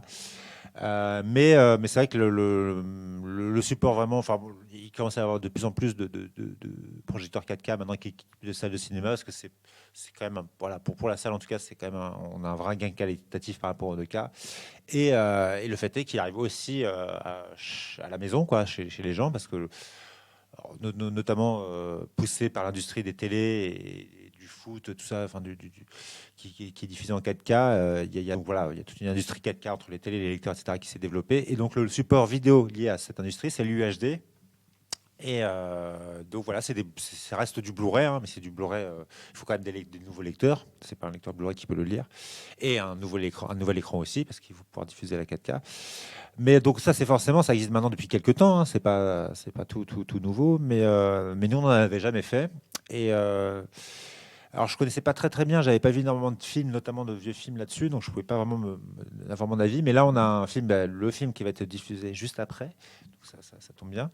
Ne vous retournez pas. Il y a une restauration 4K, alors qu'on avait déjà sorti le film en Blu-ray, donc il avait déjà été restauré. Il y a une nouvelle restauration par Studio Canal. Donc en général, quand on fait une nouvelle restauration, c'est vraiment qu'il y a une plus-value. Et en fait, moi, j'ai vraiment... parce que donc, les Anglais ont sorti cette version UHD, et je me suis dit, est-ce que ça vaut le coup? Parce que j'entends beaucoup de choses là-dessus, et je me rends compte que ça ne vaut pas forcément le coup, et ça peut même être plutôt négatif la 4K peut presque voilà, de moins bonne qualité que le 2K. Et donc j'ai fait beaucoup de tests, et le fait est que non, moi j'ai les deux versions, j'ai testé sur plusieurs projecteurs différents, et je préfère largement le Blu-ray, le 4K. En fait, le grain numérique analyse le grain vidéo et crée un espèce de grain vraiment pas joli, pas agréable à l'œil. Et je pense vraiment que c'est pour ça, quand j'entends la 8K, déjà avec la 8K, on est limite à la frontière de la définition de l'œil, donc ça commence à perdre son intérêt même pour un humain, on va dire. Il verra pas la différence. Et vraiment, à moins d'un écran de cette taille-là, et encore, on voit pas vraiment la différence. Donc cette course-poursuite en avant là, vers la technologie ne sert que aux industriels pour continuer à vendre des télés, c'est tout. Il n'y en a aucun intérêt artistique en fait là-dedans. Donc voilà. Donc je ne sais pas si ça répond en partie à la question, mais en tout cas, on n'est pas prêt de faire du 8K, et je trouve ça assez absurde en fait. Voilà. Et pour revenir donc parce que c'est vrai, on pourrait aussi développer un peu sur le Blu-ray, hein, même si les objets quand même c'est pas ce qui se fait de plus beau malheureusement sur le Blu-ray, mais il y a certains éditeurs qui, genre, je crois que t'en parles dans l'ouvrage Maxime, je crois que c'est ED Distribution qui refuse totalement même le Blu-ray à cause de cette de qualité numérique, non? Oui, carrément. Et puis même revoir, ils ont attendu très très longtemps. Leur premier Blu-ray, c'est un Stan Brakhage, il n'y a même pas 2 ans, ils l'ont sorti. Mais parce qu'il y a aussi, évidemment, le but premier, ce serait de voir les films en salle. S'ils ont été faits en 16 mm, il faut les voir en 16 mm. De toute façon, un film noir américain des années 40, il faut le voir en 35 mm en salle. Enfin, à la base, c'est ça. il ne faudrait pas que le DVD ou le Blu-ray devienne la version officielle. C'est bien malheureusement sûr. le cas, parce que comme Ouais. on disait, c'est que tout le monde s'offusquerait, se serait scandalisé de voir la Joconde représentée par un écran 8K parfait où on a exactement les mêmes couleurs, tout ça. Donc évidemment, ça serait quand même un scandale. Par contre, personne ne se scandalise d'aller voir la rétrospective Hitchcock 100% numérique à la Cinémathèque. Voilà. Et c'est quand même quand on y réfléchit bien, c'est totalement délirant de penser que l'histoire du cinéma, notamment celle qui est importante, qui accède au rang d'art, parce que ce n'est pas toujours un art, le cinéma, malheureusement, mais celui-là, bah, il est quasiment plus visible, à part dans quelques endroits très... de temps en temps à la Cinémathèque, de temps en temps dans voilà, dans des lieux culturels à travers le monde. Mais sinon, on pourra plus voir, on peut déjà plus voir les films dans leur état d'origine. Et c'est quand même assez dingue. Hein. Les sculptures restent dans leur matière d'origine. Les peintures, pareil. Enfin, tout l'art essaye de rester dans son format d'origine. Mais le cinéma, bah non, il a été transphasé dans un autre contenant. Et c'est quand même assez étonnant. Oui, puis moi, j'avoue que certains films de patrimoine, tout ça, quand je les regarde sur des grands écrans, en Blu-ray, avec tous les détails, la peau comme sur une série HD à la télé, alors que c'est un film des années 50, c'est assez perturbant et du coup, je n'arrive pas à rentrer dans le film, en fait, sur certaines. Alors, heureusement, il y en a qui sont super bien faites.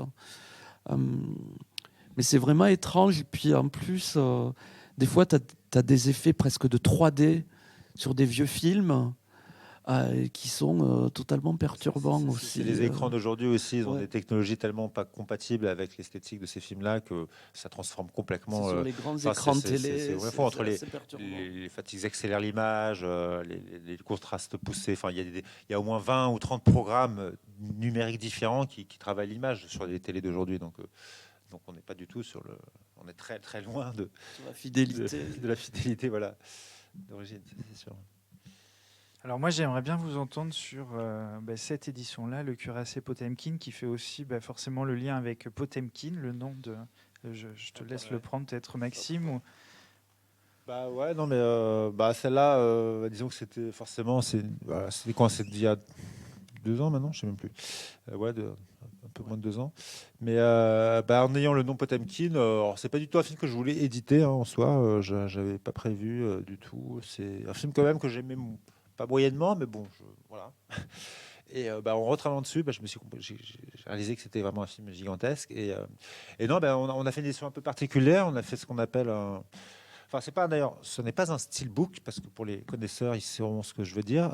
C'est en métal, comme le steelbook, mais le steelbook, c'est une marque. Donc, du coup, on paye la marque déjà. Donc, moi, pour payer des marques, ça m'embête un peu. Et puis surtout, un peu, c'est de moins bonne qualité. Donc là, on a fait un boîtier beaucoup plus épais, métallique. Et là, évidemment, il y a un contenu, on pourra revenir dessus, très, très important. Il y a toutes les versions existantes, encore trouvables du film, réunies sur le même support. Et pour l'objet, parce que c'est vrai qu'en général, on fait plutôt du JPEG plutôt classique. Et là, on a voulu faire un boîtier métal qui rappelle un peu la coque du cuirassé, et en reprenant exactement le logo, l'affiche d'origine qui a été métallisée. Donc, on voulait vraiment marquer le coup, quoi, avec cet objet. L'objet magnifique. Le digipack, on peut peut-être détailler ce que c'est. Ça, c'est un digipack. Le digipack, c'est quand il y a surtout du papier, du carton, plutôt que du plastique, en fait. Voilà, c'est ça. Et c'est vrai que il y a beaucoup de... Bon, même si je me suis laissé aller à un format très hybride, beaucoup plus gros que les autres, parce que là, il y avait un vrai projet de livre pour accompagner donc ce film La Jetée. C'est vrai qu'en général, on préfère rester standard dans le sens où là où on est quand même dans un environnement de collectionneur, hein, avec cet événement des 5 du cinéma, le collectionneur, il aime bien pouvoir bien ranger ses films et que ça dépasse pas, que ça puisse... et surtout quand on en a beaucoup, c'est quand même embêtant quand ça rentre pas dans des cases et dans un format particulier, et puis ça prend plus de place du coup, etc. Donc nous, on a souvent pensé à ça, et on reste standard, on va dire, dans le format pour pouvoir empiler ses collections chez soi. Maxime, tu voulais revenir sur une édition particulière? Bah, moi, il y en a plein que j'aime bien, mais ce qui m'intéresse, peut-être ça mènera aussi vers Dans quelques instants, ouais, je les pense. petits Ouais. extraits. Moi, bon, évidemment, à un moment, tu nous avais dit de choisir. Mais, c'est très dur, mais même moi, et puis par rapport à ce qui m'a intéressé dans le livre aussi, ce que j'adore, c'est quand tout d'un coup, dans les bonus, eh ben, il y a un lien qui se crée avec l'œuvre d'un autre cinéaste. Et Chris Marker, alors c'est pas sur celui-là, c'est sur Sans Soleil. C'est Sans Soleil qui est là. Là, j'adore parce que tout d'un coup, on a un livre, on a plein de bonus, on a le film en super qualité. Et on a un film de Terayama, cinéaste, dramaturge, écrivain d'avant-garde japonais. Et on a son film qui est très rare, en fait, qui est un moyen métrage, qui avait été fait pour une trilogie de films. Il y avait un Borowczyk dans le lot, et c'est Le Labyrinthe d'herbes. Et donc le film, c'est un film japonais, donc qui a été dans les autres pays, il était en japonais sous-titré dans la langue. Mais pour la France, ils ont fait une version française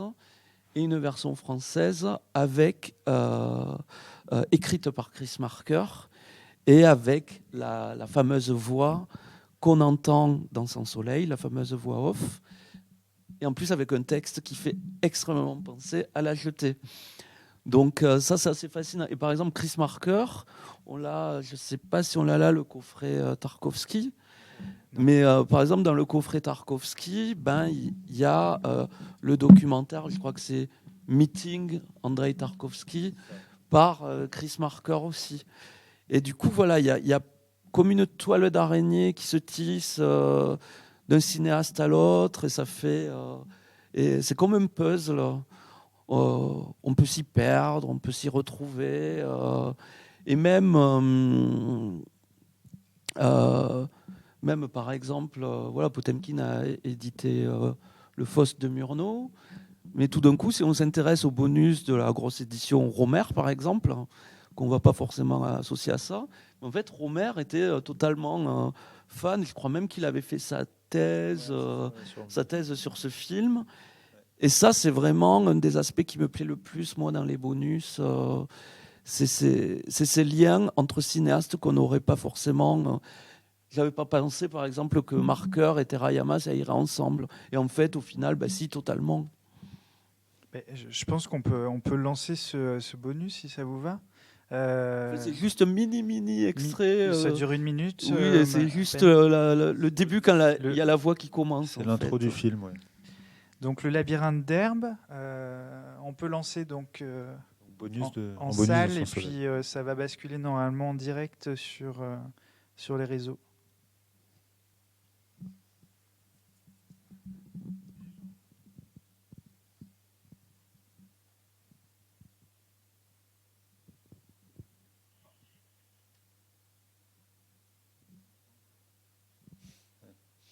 Ça va arriver.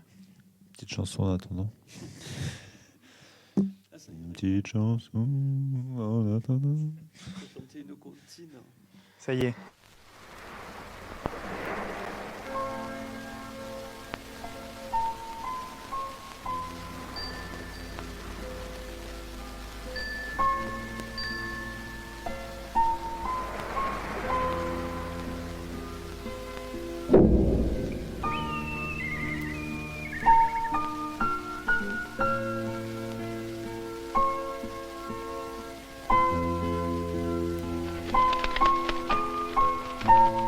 Ceci est l'histoire d'un homme à la recherche d'une chanson d'enfance.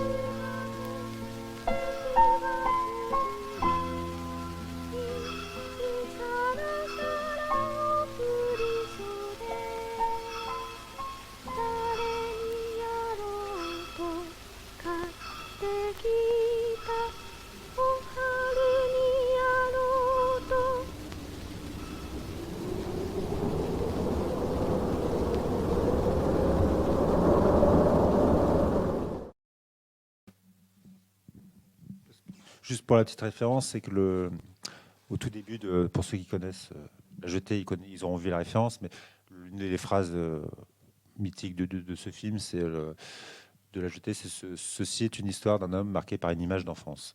Voilà, donc c'était en référence à ça, le petit texte que vous avez entendu dans le film. Là, c'est qu'un mini extrait parce que tu avais dit 1 minute et tout, donc c'est. Oui, non, Après, on rentre merci. dedans. Et Il y en aura d'autres. Alors, je crois qu'il y a plusieurs réactions sur le live. Oui. Alors, je revenais donc sur une question de Lofort95 qui demandait où est-ce que, si vous saviez, où est-ce qu'on pouvait trouver en DVD L'Enfer de Clouseau, ainsi que Travelling avant de Tachelin. Si vous aviez... Potemkin, 30 rue Beaurepaire à Paris. Voilà, ok, parfait. Donc vous avez la réponse. Et puis après, il y avait des réactions. Par exemple, le prédateur du cinéma qui disait qu'il était devenu passionné grâce au bonus de sa collection. Donc c'est voilà, c'est un élément déclencheur, les bonus, donc en réaction à ce que vous disiez. Et donc Takeshi29 qui remerciait Nils pour le coffret de La Jetée, qui est un superbe objet. Avec le ciné-roman qu'il feuilletait hier avec beaucoup d'émotion, grande émotion même. Donc voilà. Voilà, je vous fais remonter au fur et à mesure. Il y a aussi des réactions sur Facebook qui sont un petit peu plus anciennes et qui revenaient sur la question de la numérisation des œuvres en 35 mm, qui se pose souvent aussi à travers la restauration. Donc Coco Marc Staz avait été choqué par la restauration de Quai des Brumes, où on voyait a priori plus la brume du Quai des Brumes dans la restauration. Donc c'est un petit peu embêtant. Et voilà. Et donc c'était aussi pour réagir sur. Enfin voilà, il y a des réactions également sur le Facebook Live en direct. Mais je vous laisse poursuivre. La pauvre Brune. Non, mais c'est triste ça. Je ne connaissais pas cet exemple de Quai des Brumes, mais effectivement, c'est un peu. Non, mais ça, typiquement, ce genre de détail qui n'en est pas un, mais les fumées, les textures, ce genre de choses-là peuvent être assez gommées par des mauvaises restaurations, ouais, malheureusement. Et Maxime, tu l'évoquais tout à l'heure, tu parlais du coffret Éric Rohmer.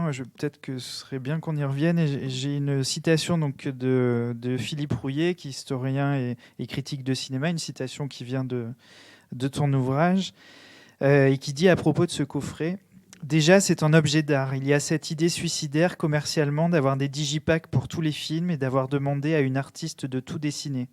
Et tout d'un coup, on a tout le cinéma de Rohmer qui se retrouve dessiné. C'est la plus belle des introductions à son œuvre. Quelqu'un est passé après lui et a rêvé. Est-ce qu'on peut parler de ce formidable coffret ? Il a bien résumé le truc à l'époque. Je le referai maintenant, je me dirais peut-être, ah oui, c'est peut-être une folie commerciale, parce qu'effectivement, c'était un peu délirant. Mais bon, on est toujours là, donc ça ne nous a pas tués. Non, mais non, c'est vrai que c'était assez dingue. Mettre 26 films, long métrage, plus tous les courts métrages, plus tous les pubs, plus tout ce qu'il a fait, dans le support DVD, plus le support Blu-ray, dans un seul objet. C'est vrai que je ne sais pas si on a eu beaucoup de projets aussi énormes. Mais ouais, non, c'est vrai qu'il m'en a souvent fait parler, Philippe, de cette édition-là. Et c'est vrai que ça a marqué. C'était une époque, c'était pas le tout début, mais c'était une époque où on était encore dans les débuts. Ça nous a aussi permis d'avoir une respectabilité, parce que c'est vrai qu'on est là. En plus, Rohmer, voilà, ça fait partie des cinéastes les plus respectés, les plus admirés en France.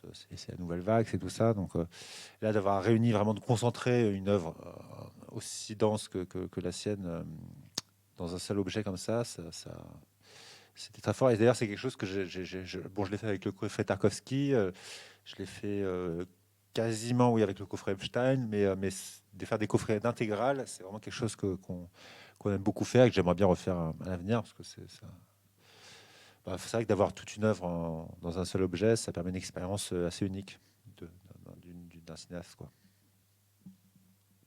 C'est bien cette phrase aussi qui dit que quelqu'un arrive derrière et rêve l'œuvre après. Moi, ça a été un peu ma démarche avec le bouquin aussi. pour ça qu'en fait, tout du long, il y a cette métaphore du rêve tout au long du livre. Tout à fait. Est-ce que, Maxime, peut-être que je te laisse, ou Nils, je vous laisse introduire le deuxième bonus que vous avez sélectionné, issu de We Blew It de Jean-Baptiste Toré. Peut-être que c'était. Moi, c'est un bonus évidemment que j'aime beaucoup, mais je vais peut-être te laisser en parler un peu plus, Maxime, parce que c'est toi qui a eu l'idée. Mais non, parce que c'est un bonus qui est différent des autres. Voilà, je te laisse en parler. Oui, donc en fait, c'est un bonus fait par François Angelier. Alors, François Angelier, on le connaît en tant qu'auteur. L'émission Mauvais Genre sur France Culture, qui est archi-culte. Et, il a son style, il a sa plume, que j'aime beaucoup. Et là, donc, il voit le film de Jean-Baptiste Toré, qui est chroniqueur dans son émission, qui est aussi un ami, et qui est un chercheur, un cinéaste qu'il respecte. Et il écrit un texte, une sorte de texte élégiaque, inspiré de son expérience du film, mais un texte aussi qui s'allie à des images. Je ne sais pas comment le décrire, c'est une sorte de, je sais pas, film-poème, ça c'est pas vraiment ça non plus. C'est Un film sur le film, parce que ça, il Ouais. reprend donc une dizaine d'images iconiques du film, et il en fait une réflexion, une pensée, un poème presque. Ouais, c'est presque mystique. Et là, par contre, ça amène aussi le film vers un ailleurs absolu. Et c'est. De toute façon, les bonus du We Blew It, moi, je les aime beaucoup parce qu'il y en a un autre. C'est aussi. Là, c'est une rencontre entre Philippe Rouillet et Jean-Baptiste Toré. Et Philippe Rouillet voit deux films. Il y a. Il voit un second film parce qu'aussi il connaît Jean-Baptiste Toré depuis plus de 20 ans et il amène au fur et à mesure du bonus sur ce terrain-là jusqu'à l'amener vers l'émotion pure. Et quand l'émotion arrive, en fait, je sais pas, moi j'ai l'impression qu'il y a Jean-Baptiste Toré qui va craquer, qui va pleurer, mais en fait il y a un cut avant. Mais je sais pas si c'est toi qui étais. Et il y a un cut avant. Et en fait, ce cut, ça m'a plus traumatisé que si je voyais Jean-Baptiste Toré pleurer après.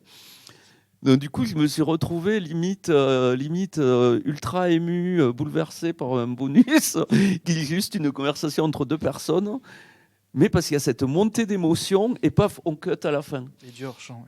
Tu as raison qu'il avait très bien compris le projet du film, il se connaissait très bien, et le fait que comprendre qu'un ami, un collègue comprenne son projet, et ça l'a galvanisé, mais c'est vrai qu'il était très ému, oui.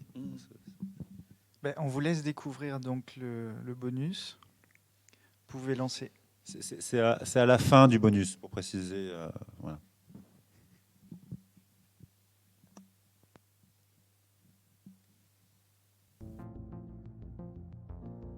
C'est sans doute le cœur du film, l'image clé de sa scène centrale. L'étoile enterrée, la lumière enlisée, le grand rêve ensablé. C'est le moment où l'on comprend que tout espoir est mort, que la fête nocturne va finir, le feu s'éteindre et qu'il va falloir, dans le froid matin, partir, rentrer, réendosser la vieille défroque et moudre sans trêve la même mélodie. L'extinction des feux, le départ en caravane de tous les acteurs du Burning Man résument tout le désir du film. La grâce n'a qu'un temps, pas de collage avec la joie, a-t-on pu écrire. On en revient une nouvelle fois à cette parole de Rimbaud et le rêve fraîchit. We Blew It, du grand foutoir, du sacro-saint bordel, féerique et prometteur, il ne reste plus en bout de route qu'un fantôme décoloré, un spectre pâle, monté à l'horizon, avec le flou tremblant d'une brume de chaleur. Reste la route, ferme sur son socle, patiente et rectiligne, l'increvable ligne droite qui aura raison de tout et de tous. C'est brutal quand ça s'arrête. Vous voulez pas y revenir? Non, mais on le voit, c'est vraiment des. C'est vraiment là, on se laisse vraiment porter. Et Alors, on part avec puis les bonus comme ça, on part. Et rejoint bien ce qu'est les films, c'est-à-dire c'est un road movie, un peu le film. Enfin, de toute façon, l'Amérique, c'est un road movie en soi, ce pays. Et le film accompagne beaucoup ça. Et son bonus à François Angelier sur le film accompagne aussi beaucoup ça. C'est des idées de voyage, de fuite, de route infinie qui ne s'arrêtent jamais et qu'on a envie de parcourir à jamais comme eux. Et enfin, alors je ne sais pas si on les introduit d'abord ou si on en parle peut-être après, mais c'est aussi, on va voir comment tu arrives à marier cinéma et musique, qui sont peut-être tes deux passions, Nils. Donc c'est les bonus du Cuirassé Potemkin, justement, et cette fameuse scène de l'escalier au dessin, avec plusieurs musiques. Ouais, il y a effectivement, non, là c'est intéressant parce que bon, déjà c'est une scène mythique qu'on connaît bien, mais qui du coup le côté interprétation de la scène est d'autant plus intéressant qu'on la connaît. Mais donc parce que donc sur le DVD il y a 3 musiques différentes, donc une musique avait été enregistrée dans les années 20-30, je sais plus. Enfin, c'était une musique, c'était les Allemands. Et 1926. Ouais, c'est ça, 1926. Donc quand même 10 ans après le film, parce que le film a eu beaucoup de succès, notamment en Allemagne. Et ensuite, donc, et beaucoup plus tard, il y a eu des tas d'interprétations différentes. Ce qu'on appelle, notamment à l'époque, il y avait beaucoup, il y a quelques années, notamment de fin des années 90-2000, beaucoup de ciné-concerts, ce qu'on appelle les ciné-concerts, où c'est donc des musiciens qui accompagnent en direct des films en salle. Et donc il y en a eu beaucoup. Et moi, il y en a une qui avait été faite juste avant que j'ouvre la boutique, qui me tenait beaucoup à cœur, parce qu'en plus, c'est des très bons amis depuis longtemps. C'est le groupe Zombie. Groupe de plutôt électro, mais instrumental quand même aussi, hein, pas que musique et c'est un instrument électronique, et qui a un style très particulier, qui est d'ailleurs très cinématographique, parce qu'ils sont connus pour être très influencés par John Carpenter et notamment sa musique. Mais là, donc, ils ont fait quelque chose qui est proche de ce qu'ils font, hein, on connaît leur style, mais qui est quand même adapté au film, évidemment, et qui amène une vraie relecture, une couleur très différente au film, quoi. Et voilà, peut-être tu peux te dire 2 mots de l'autre version, que c'est toi qui m'en avais parlé en plus. Ou alors peut-être on les regarde et puis on y revient après. Voilà, comme et il y en a une troisième, et du coup la troisième on en parlera après les extraits. Donc là on va passer 1 minute de la scène. La troisième c'est ma préférée. Voilà, c'est 1 minute de la fameuse scène de l'escalier. On vous laisse en compagnie donc de ces 3 séquences.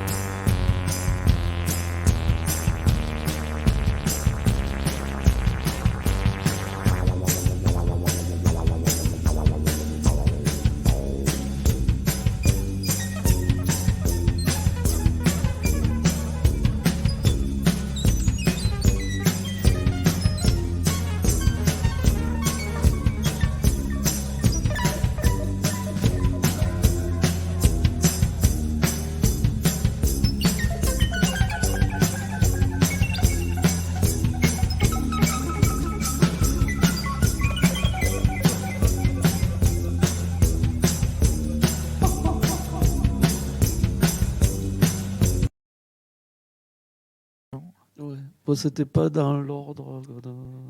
Mais c'est pas grave, il n'y avait pas d'ordre en fait. Bah alors, tu nous expliques les. Donc le premier, c'était Le premier, c'est Edmund Meisel, voilà. Donc ça, c'est celle qui date des années 20. La seconde, c'était Del Rey and the Sun Kings. Donc ça, c'est une formation américaine menée par un musicien qui s'appelle Jackson Del Rey. Moi, c'est ma préférée parce que c'est l'interprétation la plus atmosphérique et presque psychologique. Parce que les autres sont très rythmiques. Et celle-là, on est au-delà, en fait. Moi, je l'aime beaucoup, celle-là. Et la troisième, c'était Zombie Zombie. Et Nils, est-ce que tu peux nous parler justement de cette envie de refaire la musique de certains films et comment ça se passe aussi vis-à-vis.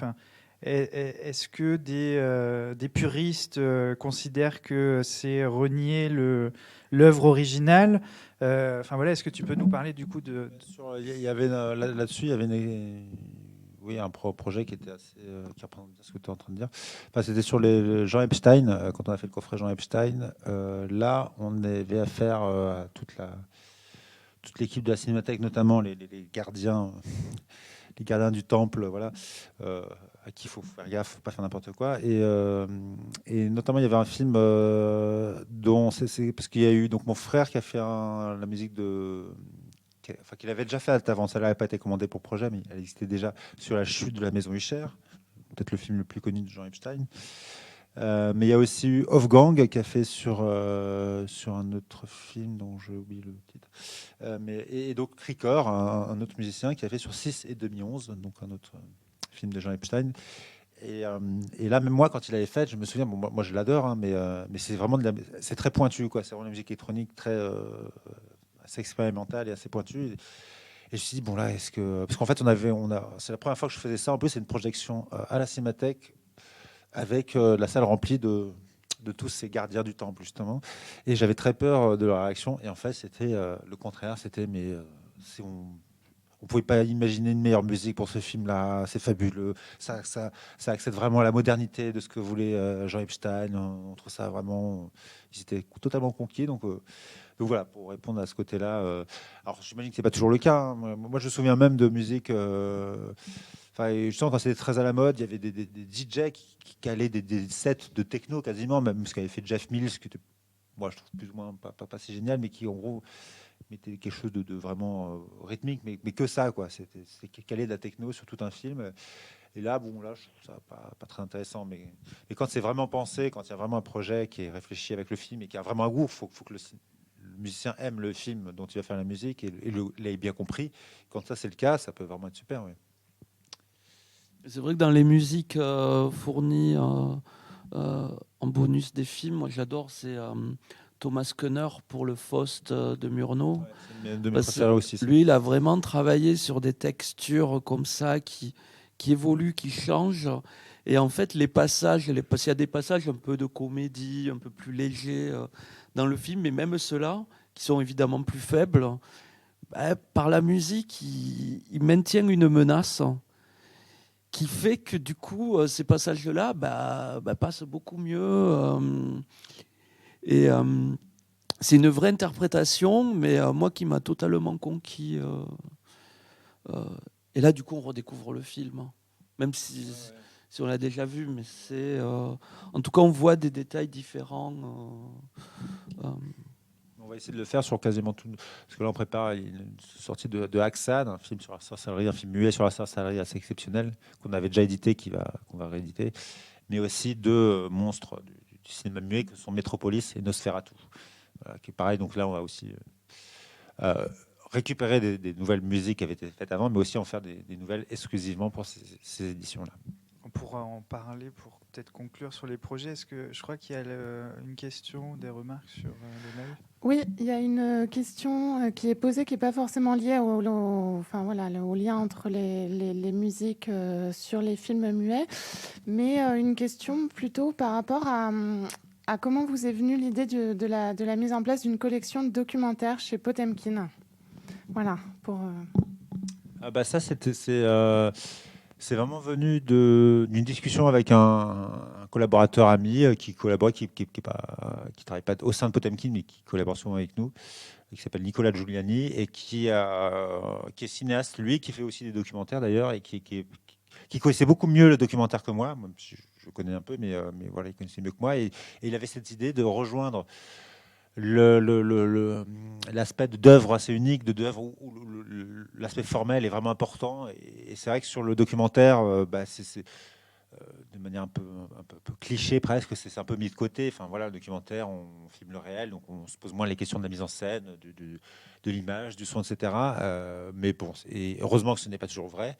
Notamment chez un cinéaste que j'ai beaucoup édité, qui est Werner Herzog, bien sûr, mais chez beaucoup d'autres cinéastes. Et cette collection-là, c'était son objectif, c'était un peu de défricher un peu le cinéma documentaire qui devient artistique, si on peut dire, résumer ça comme ça.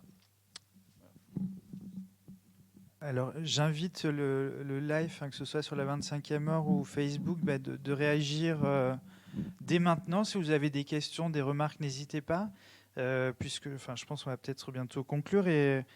Et pour ça, j'aimerais parler des projets. Quels sont les projets de Potemkin, de réédition? Tu parlais d'Axan, et puis donc de cette édition définitive de Métropolis. Ça, effectivement, c'est les gros projets cette année. Après, il y a un projet là, oui, qui est peut-être, qui est très important aussi, mais qui devait se passer l'année dernière, qui était la ressortie de presque tous les films de Kiarostami, Abbas Kiarostami, cinéaste iranien très, très important.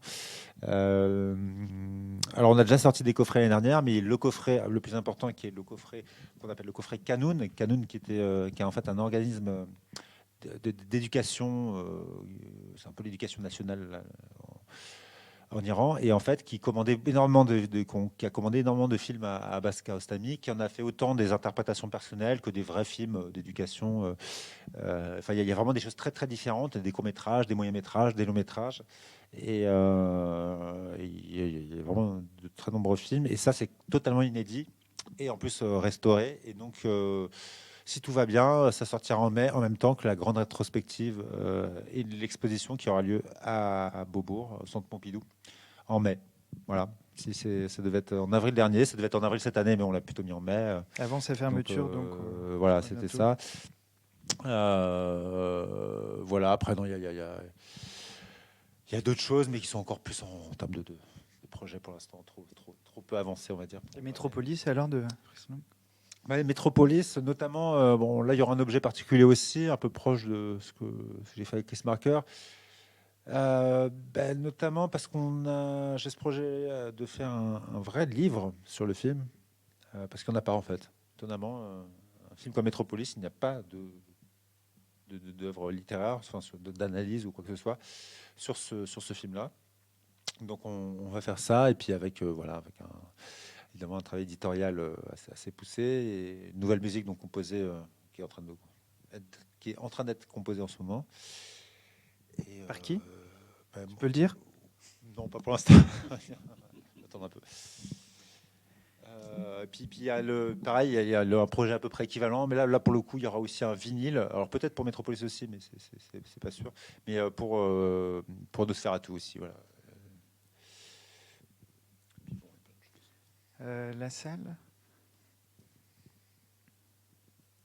Il y a donc Alain qui demandait si Nosferatu serait donc l'adaptation serait sur la version noir et blanc ou colorisée. Si on peut, si tout va bien, on mettra les deux. Ok, voilà, super. Voilà. Et après, non, voilà, il y avait des réactions, mais du coup qui sont sorties de la discussion. Donc non, c'était la question qui restait là sur les projets à venir. Voilà. Ok. Parce qu'il y a Out of the Blue aussi qui va arriver bientôt, qui devait arriver là aussi en février, mais qui arrive un peu plus tard, et qui était programmé en fait à toute la mémoire du monde, le festival de films de patrimoine restauré de la Cinémathèque. Et ça s'est repoussé après, peut-être en juillet, si tout va bien, mais le film, on espère le sortir quand même avant. Donc sortie salle plus vidéo de ce chef-d'œuvre de Dennis Hopper, qui a été magnifiquement restauré en 4K récemment.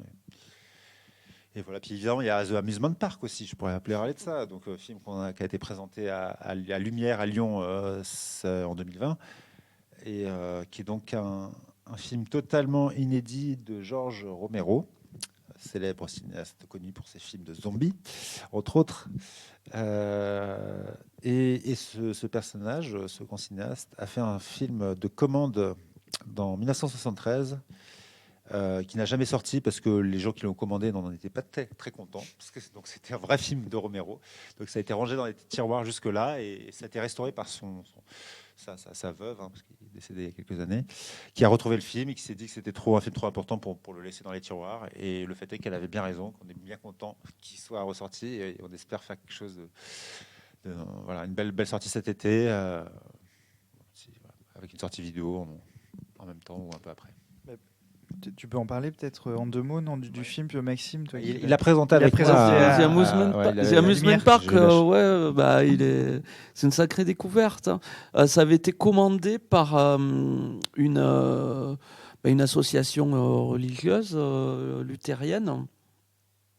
Et donc, c'était pour la prise de conscience du mauvais traitement infligé aux personnes âgées aux États-Unis à l'époque.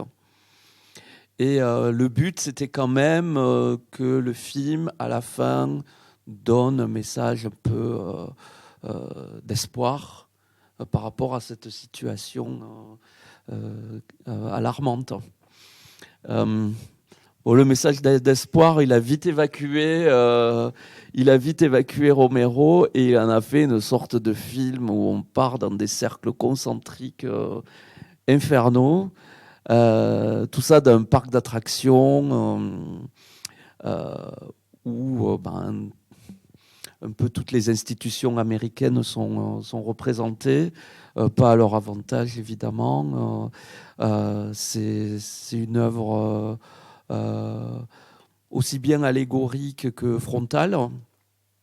C'est une œuvre assez courte, assez condensée, avec un travail sonore assez oppressant.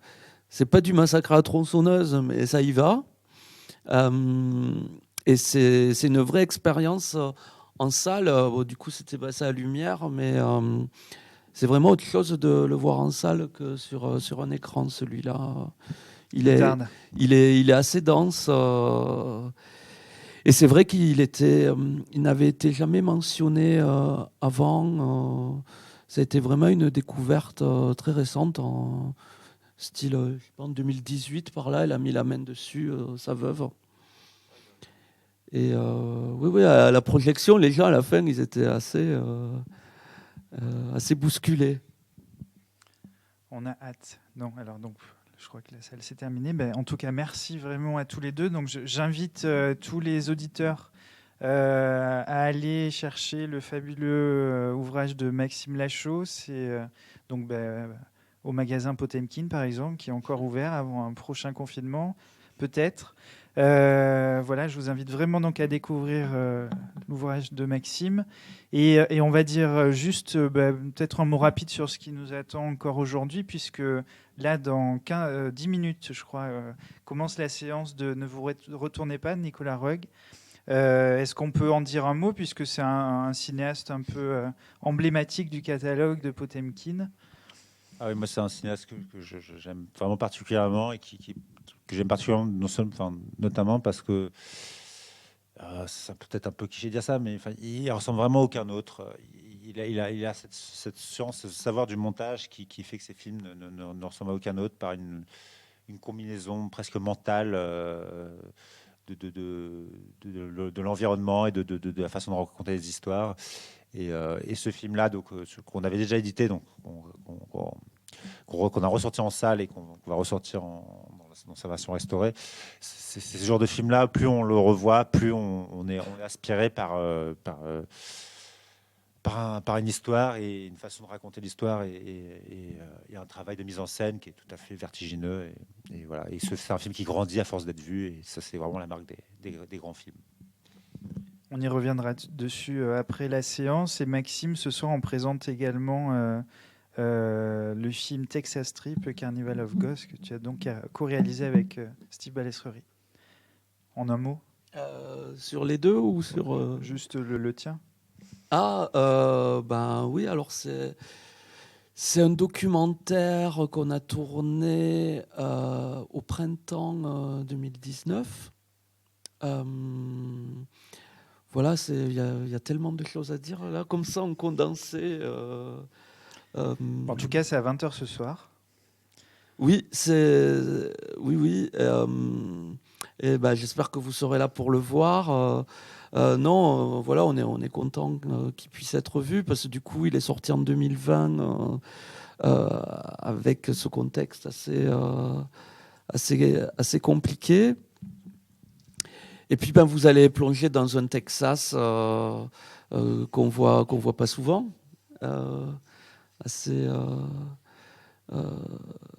Mais qui sera autant un voyage mental que physique. Voilà. C'est bien résumé. Merci beaucoup à tous les deux et on se retrouve tout à l'heure pour après les séances. Merci. Merci. Merci.